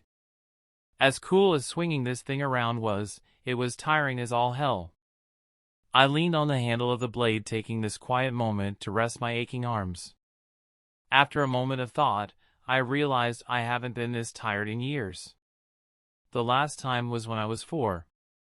I could barely remember the days when I couldn't do more than a few push-ups. It felt like it was so long ago. But it's only been 8 or so years. I saw some movement and my focus drifted towards the source. A man was bandaging the stumps where his legs used to be. I sighed, pulled the Kubikuribocho from the earth, and started making my way towards the man who was hiding behind a building. Had he belonged to any other village, I would have spared him. But in Kiri he would be killed, he was just a burden to them. If he was going to die, I'd let him die by my hand. It was better than dying by the hands of the ones you once called comrades. I silently arrived behind him and kicked his sword, which he had leaned against the wall, away from him. That caught his attention and he looked up and stared into my eyes. "SP, spare me," he pleaded with clasped palms while staring into my eyes. I blew a breath from my nose and raised my sword. "If it's any consolation, you were lovely entertainment," I hummed as I spoke. I brought my sword down with a lazy swing, ending his life. What a world this was. I saw a wave of ninja approaching the now destroyed camp from the edge of my range. I think I'll circle around and flank them. I tucked my hair behind my ears and shunshined away. Chapter 54. A week later, I was once again watching with minor amusement as Fugaku and company argued over plans during the briefing. I sighed as Fugaku argued with the Kurama heir about their next big plan. After our successful first day, we had mostly pushed Kiri to the edge of Noodle Country. After they realized what was happening and had withdrawn their troops, it was already too late as we had destroyed 35 of the 40 or so camps. The remaining few were packed with survivors and reinforcements and were now not worth the potential risk in uprooting. There were only the original large camp and a few other makeshift large camps left before they were completely out of Noodle country. Now Fugaku wanted to make the final push and oust them from Noodles, while the Kurama heir wanted to take a wait-and-see approach. Regardless of today's outcome, I was leading in a week, which was likely why Fugaku was pushing for a final push. I snorted and an Inuzuka Jonin raised an eyebrow at me. After a quick shrug, he went back to what he was doing, while I sat and pondered. I had taken out more than a sixth of the camps myself, so Fugaku would likely want me to stay. He might have already requested my transfer to Noodles, meaning I had to take off before the Hokage got around to ordering me to stay. Bang asterisk. I watched with mild amusement as Fugaku slammed his hand down and glared at the Kurama heir with his Sharingan active. I sighed and drifted back into thought even as Fugaku flared his chakra. Though I could make a lab here, I didn't want to end my tutelage under Orochimaru. There was still much he could teach me. Well, that and Fugaku stole my new sword. I was pretty pissed about losing it and wasn't looking forward to doing Fugaku any favors. After what felt like 3 hours of arguing, it was decided that we'd make a final push tomorrow to try and oust Kiri from Noodle Country completely. The main worry was that Kiri would avoid our frontal assault, bypass us, and run into the Land of Fire.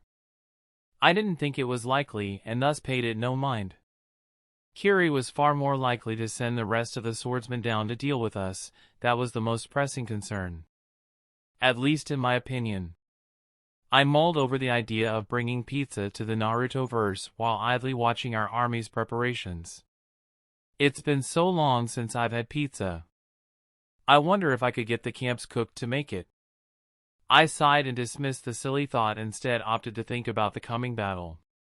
Kiri's spies and scouts were likely to see us preparing, and Kiri would prepare in kind, meaning that a large clash was extremely likely. Fugaku and I would have to deal with whatever strong ninja came, while our armies fought around us. It didn't sound all that fun, as it was going to be a shit show. I didn't consider Fugaku strong enough to do anything should Kiri toss their Jinchuriki at us, and I doubt he could pull a Madara and control the tailed beast should it appear. Not every Uchiha could control a tailed beast. I shook my head and started towards my temporary housing. I needed to practice my Fuinjutsu a bit. The 4-symbol seal or the 5-element seal should be enough to handle a Jinchuriki. Hopefully. Two armies met in a large field and stared at each other menacingly. There was visible tension, muscles were coiled, weapons were held at the ready, and the air was thick with chakra that even non-sensors such as myself could feel. I took a deep breath and started forming my dermal armor. I looked over Kiri's front line for a moment, trying to spot their Jinchuriki or any swordsmen that were there. Seeing nothing, I activated my Byakugan while covering my face with my usual bone mask. Fugaku turned and started speaking to the army behind us, but I tuned him out and instead opted to study the Kirinin with my Byakugan. There was a distinct lack of anyone with large reserves. I narrowed my eyes, slowed my perception, and started to scan again, though this time slower. Again, there wasn't anyone noteworthy. There were a few with high Jonin level reserves, but they didn't seem to have big seal-covered and chakra-saturated swords. It was unusual. I poked Fugaku in the side, distracting him from his speech. There aren't any swordsmen or Jinchuriki, I mumbled. He nodded and went back to his speech. I shrugged and turned my focus back to Kiri's army. They seemed content to wait, as did Fugaku. I let the thought of jumping in and kick-starting the battle bounce around in my head for a bit. They were clumped together. It would be impossible not to hit 20 or so with a single attack. The more I thought about, the more tempting the idea was. That and standing around like this felt silly. With that thought in mind, I sent a tendril of chakra up to my forehead and unlocked my seal. A few heads turned towards me, from the enemy side as well as Konoha's. I made a hand seal and 20 clones appeared around me, though without their signature poof of smoke. The two armies held their positions. They seemed content to let me do what I wanted to do. A mistake. I took a step back and watched as the clones made two huge lightning Rasengan on each hand and flung them into the still stationary Kirinin. The Rasengans pierced the enemy line, killing many in their subsequent expansion.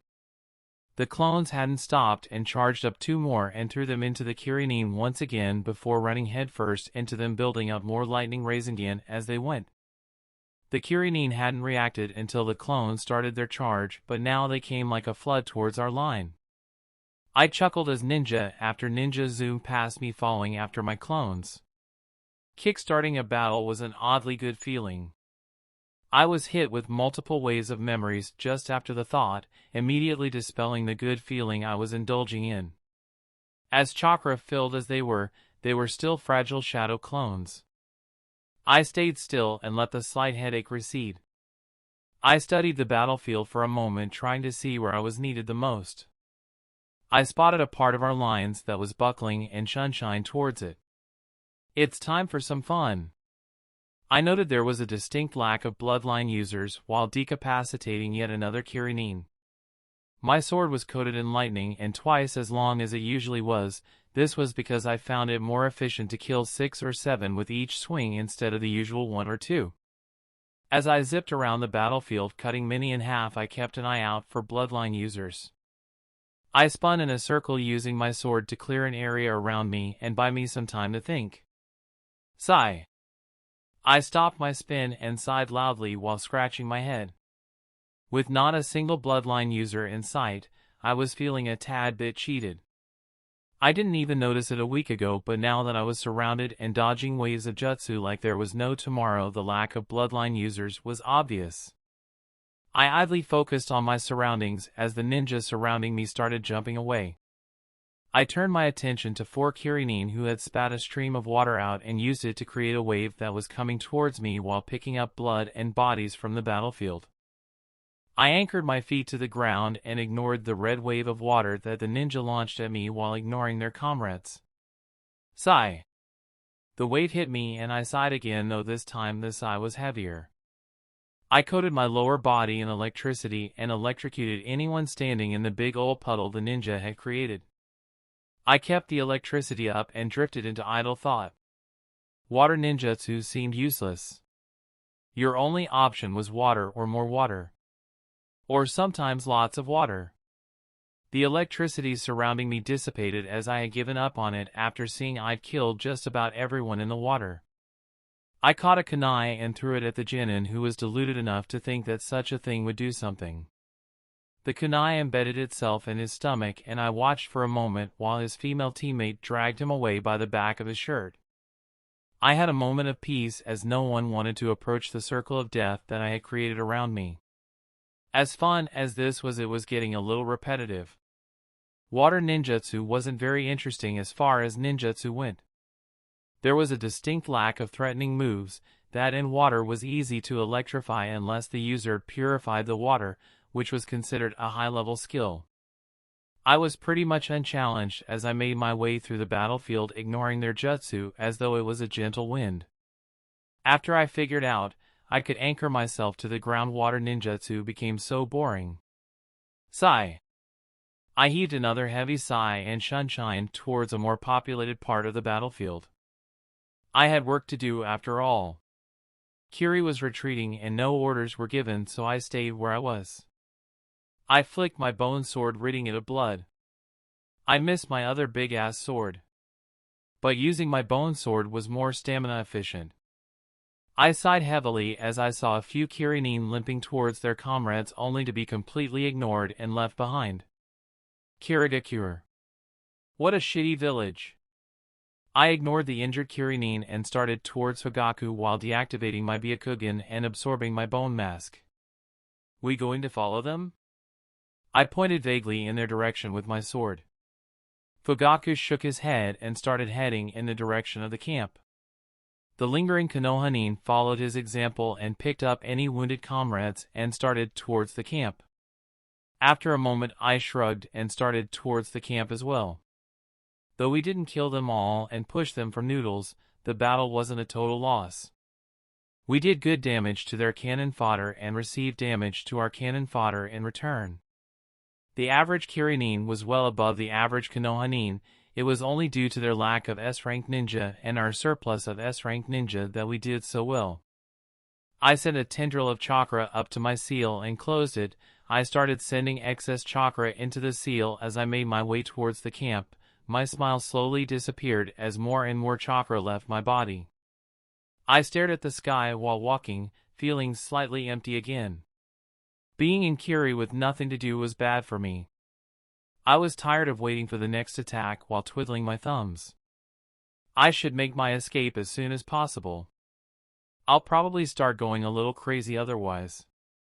After a few mundane days of helping in the field hospital, I was once again watching Fugaku argue with the Kurama heir. It was amusing until I realized that Fugaku didn't have to argue and could have just ordered everyone around. I wasn't sure if he was just arguing because he liked arguing or if it was because he was easily led on. Either way, what once was amusing was now annoying. Sigh. I sighed loudly, earning me a few looks. The heir was the main dissenter in the debriefings and meetings. He always wanted to take a more passive approach than what was being done and always seemed to have a better plan. It was annoying. And thankfully it wouldn't be my problem in 4 days. With me here, Fugaku wanted to push Kiri out of noodles and then bring the fight to water country while I was away. The heir wanted to keep them at the tip of noodles as it was hard for them to get supplies shipped from water country over to noodles. Both plans were alright in my opinion. So, I didn't offer any input. Regardless of what was decided, I was out of here in 4 days. And that was all that mattered. I hummed while reading the report Fugaku handed me. Kiri lost their Jinchuriki to the wreckage. Nice. It couldn't have been better timing. With their Jinchuriki out of the way, there was little Kiri could do to Konoha now. The report said that the Jinchuriki was mortally wounded, meaning that they would have to transfer the three tails to someone or something. The thing with Rin might happen soon, or Yagura might become the Jinchuriki and the Rin thing might not happen at all. It depends on whether or not Madara was still set on manipulating Obito or if he had set his sights on someone else. The best part of this was that there was no possibility of a Jinchuriki fucking us up in noodles. But it freed up some of Kumo's strong fighters. You win some and you lose some, I guess. I handed the report to Fugaku, who took it with a grunt and set off towards his tent. Another plus to the situation was that I didn't have to stay here. Being competent in Fuinjutsu was a large part of the reason I was here. Being assigned here for longer was much less likely to happen with the Jinchuriki dying. All in all, today was a good day. I stared at the sky as I had realized something. After a moment of thought, I realized that the Rin thing was something that happened towards the end of the war. Meaning Kiri might not have a Jinchuriki for a long time. Today was an even better day then. Not having to deal with a Jinchuriki for a long while was good news. I rose long before the sun was up and left the camp as soon as possible. I avoided the guards and sentries and ignored a few Hyuga guards who came after me. After a while of running, my few pursuers stopped their chase. I had a wide smile covering my face, not at all caring for whatever reprimand I might receive for making the guards chase me. Noodles was hellishly boring and I hoped to never go back. I couldn't wait to get back to my lab. I just have to have Minato move back to grass so the chances of me getting sent anywhere lower a bit. My smile stayed on my face for most of the trip back. I opened the door to my lab and enjoyed the blast of warm air that hit my face. I shut the door behind me and took a deep breath through my nose, enjoying the familiar smell of my lab. Sterile with a faint metallic tinge of blood. Lovely. I felt at home. It was a nice feeling. I basked in the feeling for a moment longer before shaking my head and starting towards the door. Mom and Dewey likely wouldn't apricot a surprise midnight visit. But it would certainly entertain me for a while. Interlude. So, how'd Minato and Orochimaru's attempt to oust Kumo from Frost go? Shiro didn't turn his attention from the seal he was concocting. I took a moment to jot down a rough summary of what happened and slid the sheet over to Shiro. Shiro quickly glanced at the sheet and turned his attention back to his seal. So not good then. Not good was an understatement. 2 squads of Umbu were lost along with a quarter of the camp's jonin. It was good that I hadn't been included in the battle. I surely would have perished. Shiro pushed the seal he had been working on away, withdrew a letter from his desk and ripped it open without an ounce of care. The letter was addressed to Shiro and arrived early this morning, only had Shiro bothered to open it. The Hokage seems rather unhappy. Shiro tapped the letter occupying the space on his desk. I raised an eyebrow and Shiro waved me over. The letter was heavily coded and I couldn't even begin to decipher it. I tapped the letter and raised an eyebrow. Ah, I forgot. Shiro turned his eyes to the letter. He hummed and stared at the letter for a moment. Basically, the Hokage was unimpressed with how I handled myself in noodles. Shiro tapped a section of the writing in the middle of the page. Skipping debriefings, insulting clan heads, beating Inuzuka clansmen, using jinjutsu to make people think they have clothes on when they were naked. Shiro smirked at the last one. Poking a Hyuga in the eyes, knocking people out when they talk too much, and ordering an Uchiha to be publicly spanked. Ha ha ha. Shiro giggled like a child. There's more, but let's not get into it. I soundlessly chuckled at that. I wish we could get into it, it sounded silly. It was a side of Shiro he often suppressed, and I really wanted to hear about his shenanigans, as he called them. The Hokage basically wants me to be better behaved. Shiro's eyes met mine. But I think it's important to do what makes you happy. A small but sinister smile started forming on Shiro's face, wiping the smile from my own. You have a limited amount of time in life, and that time shouldn't be wasted on bending to the knee and conforming to the wishes of others. Shiro's smile continued to slowly grow. If something makes you happy, then do it. Shiro's smile was wide and filled with joy. I felt the hair on the back of my neck rise, and every fiber of my being told me to run. Whether that includes battle and mayhem in my case or torturous experiments in Orochimaru's. Shiro's smile stretched his face in an ugly way. My skin was covered in goosebumps. Do whatever makes you happy, even if it's frowned upon. Shiro's smile widened further and his chakra filled the room, causing my breath to hitch. A second later, Shiro's chakra disappeared as fast as it appeared. Where was I going with that? Shiro drummed his fingers on the desk. Oh, yeah. Snap asterisk. Shiro snapped his fingers. Me, you need to do things that make you happy. Shiro nodded to himself. I took a deep breath, trying to adjust to the sudden shift in mood. I nodded mutely, and Shiro looked away, seemingly satisfied. I took a seat in my usual spot in the corner of the lab and took some time to calm myself. I forgot that Shiro was as powerful as he is. Even though he was only 12, he had already eclipsed most of the ninja in the village in terms of strength. Shiro was rather odd and unassuming. I had gotten comfortable and forgot that he was both my boss and extremely powerful. I'd keep that in mind from now forward. That's the end of this tale for now. If you enjoyed, like the video and subscribe if you'd like. Have a good rest of your day.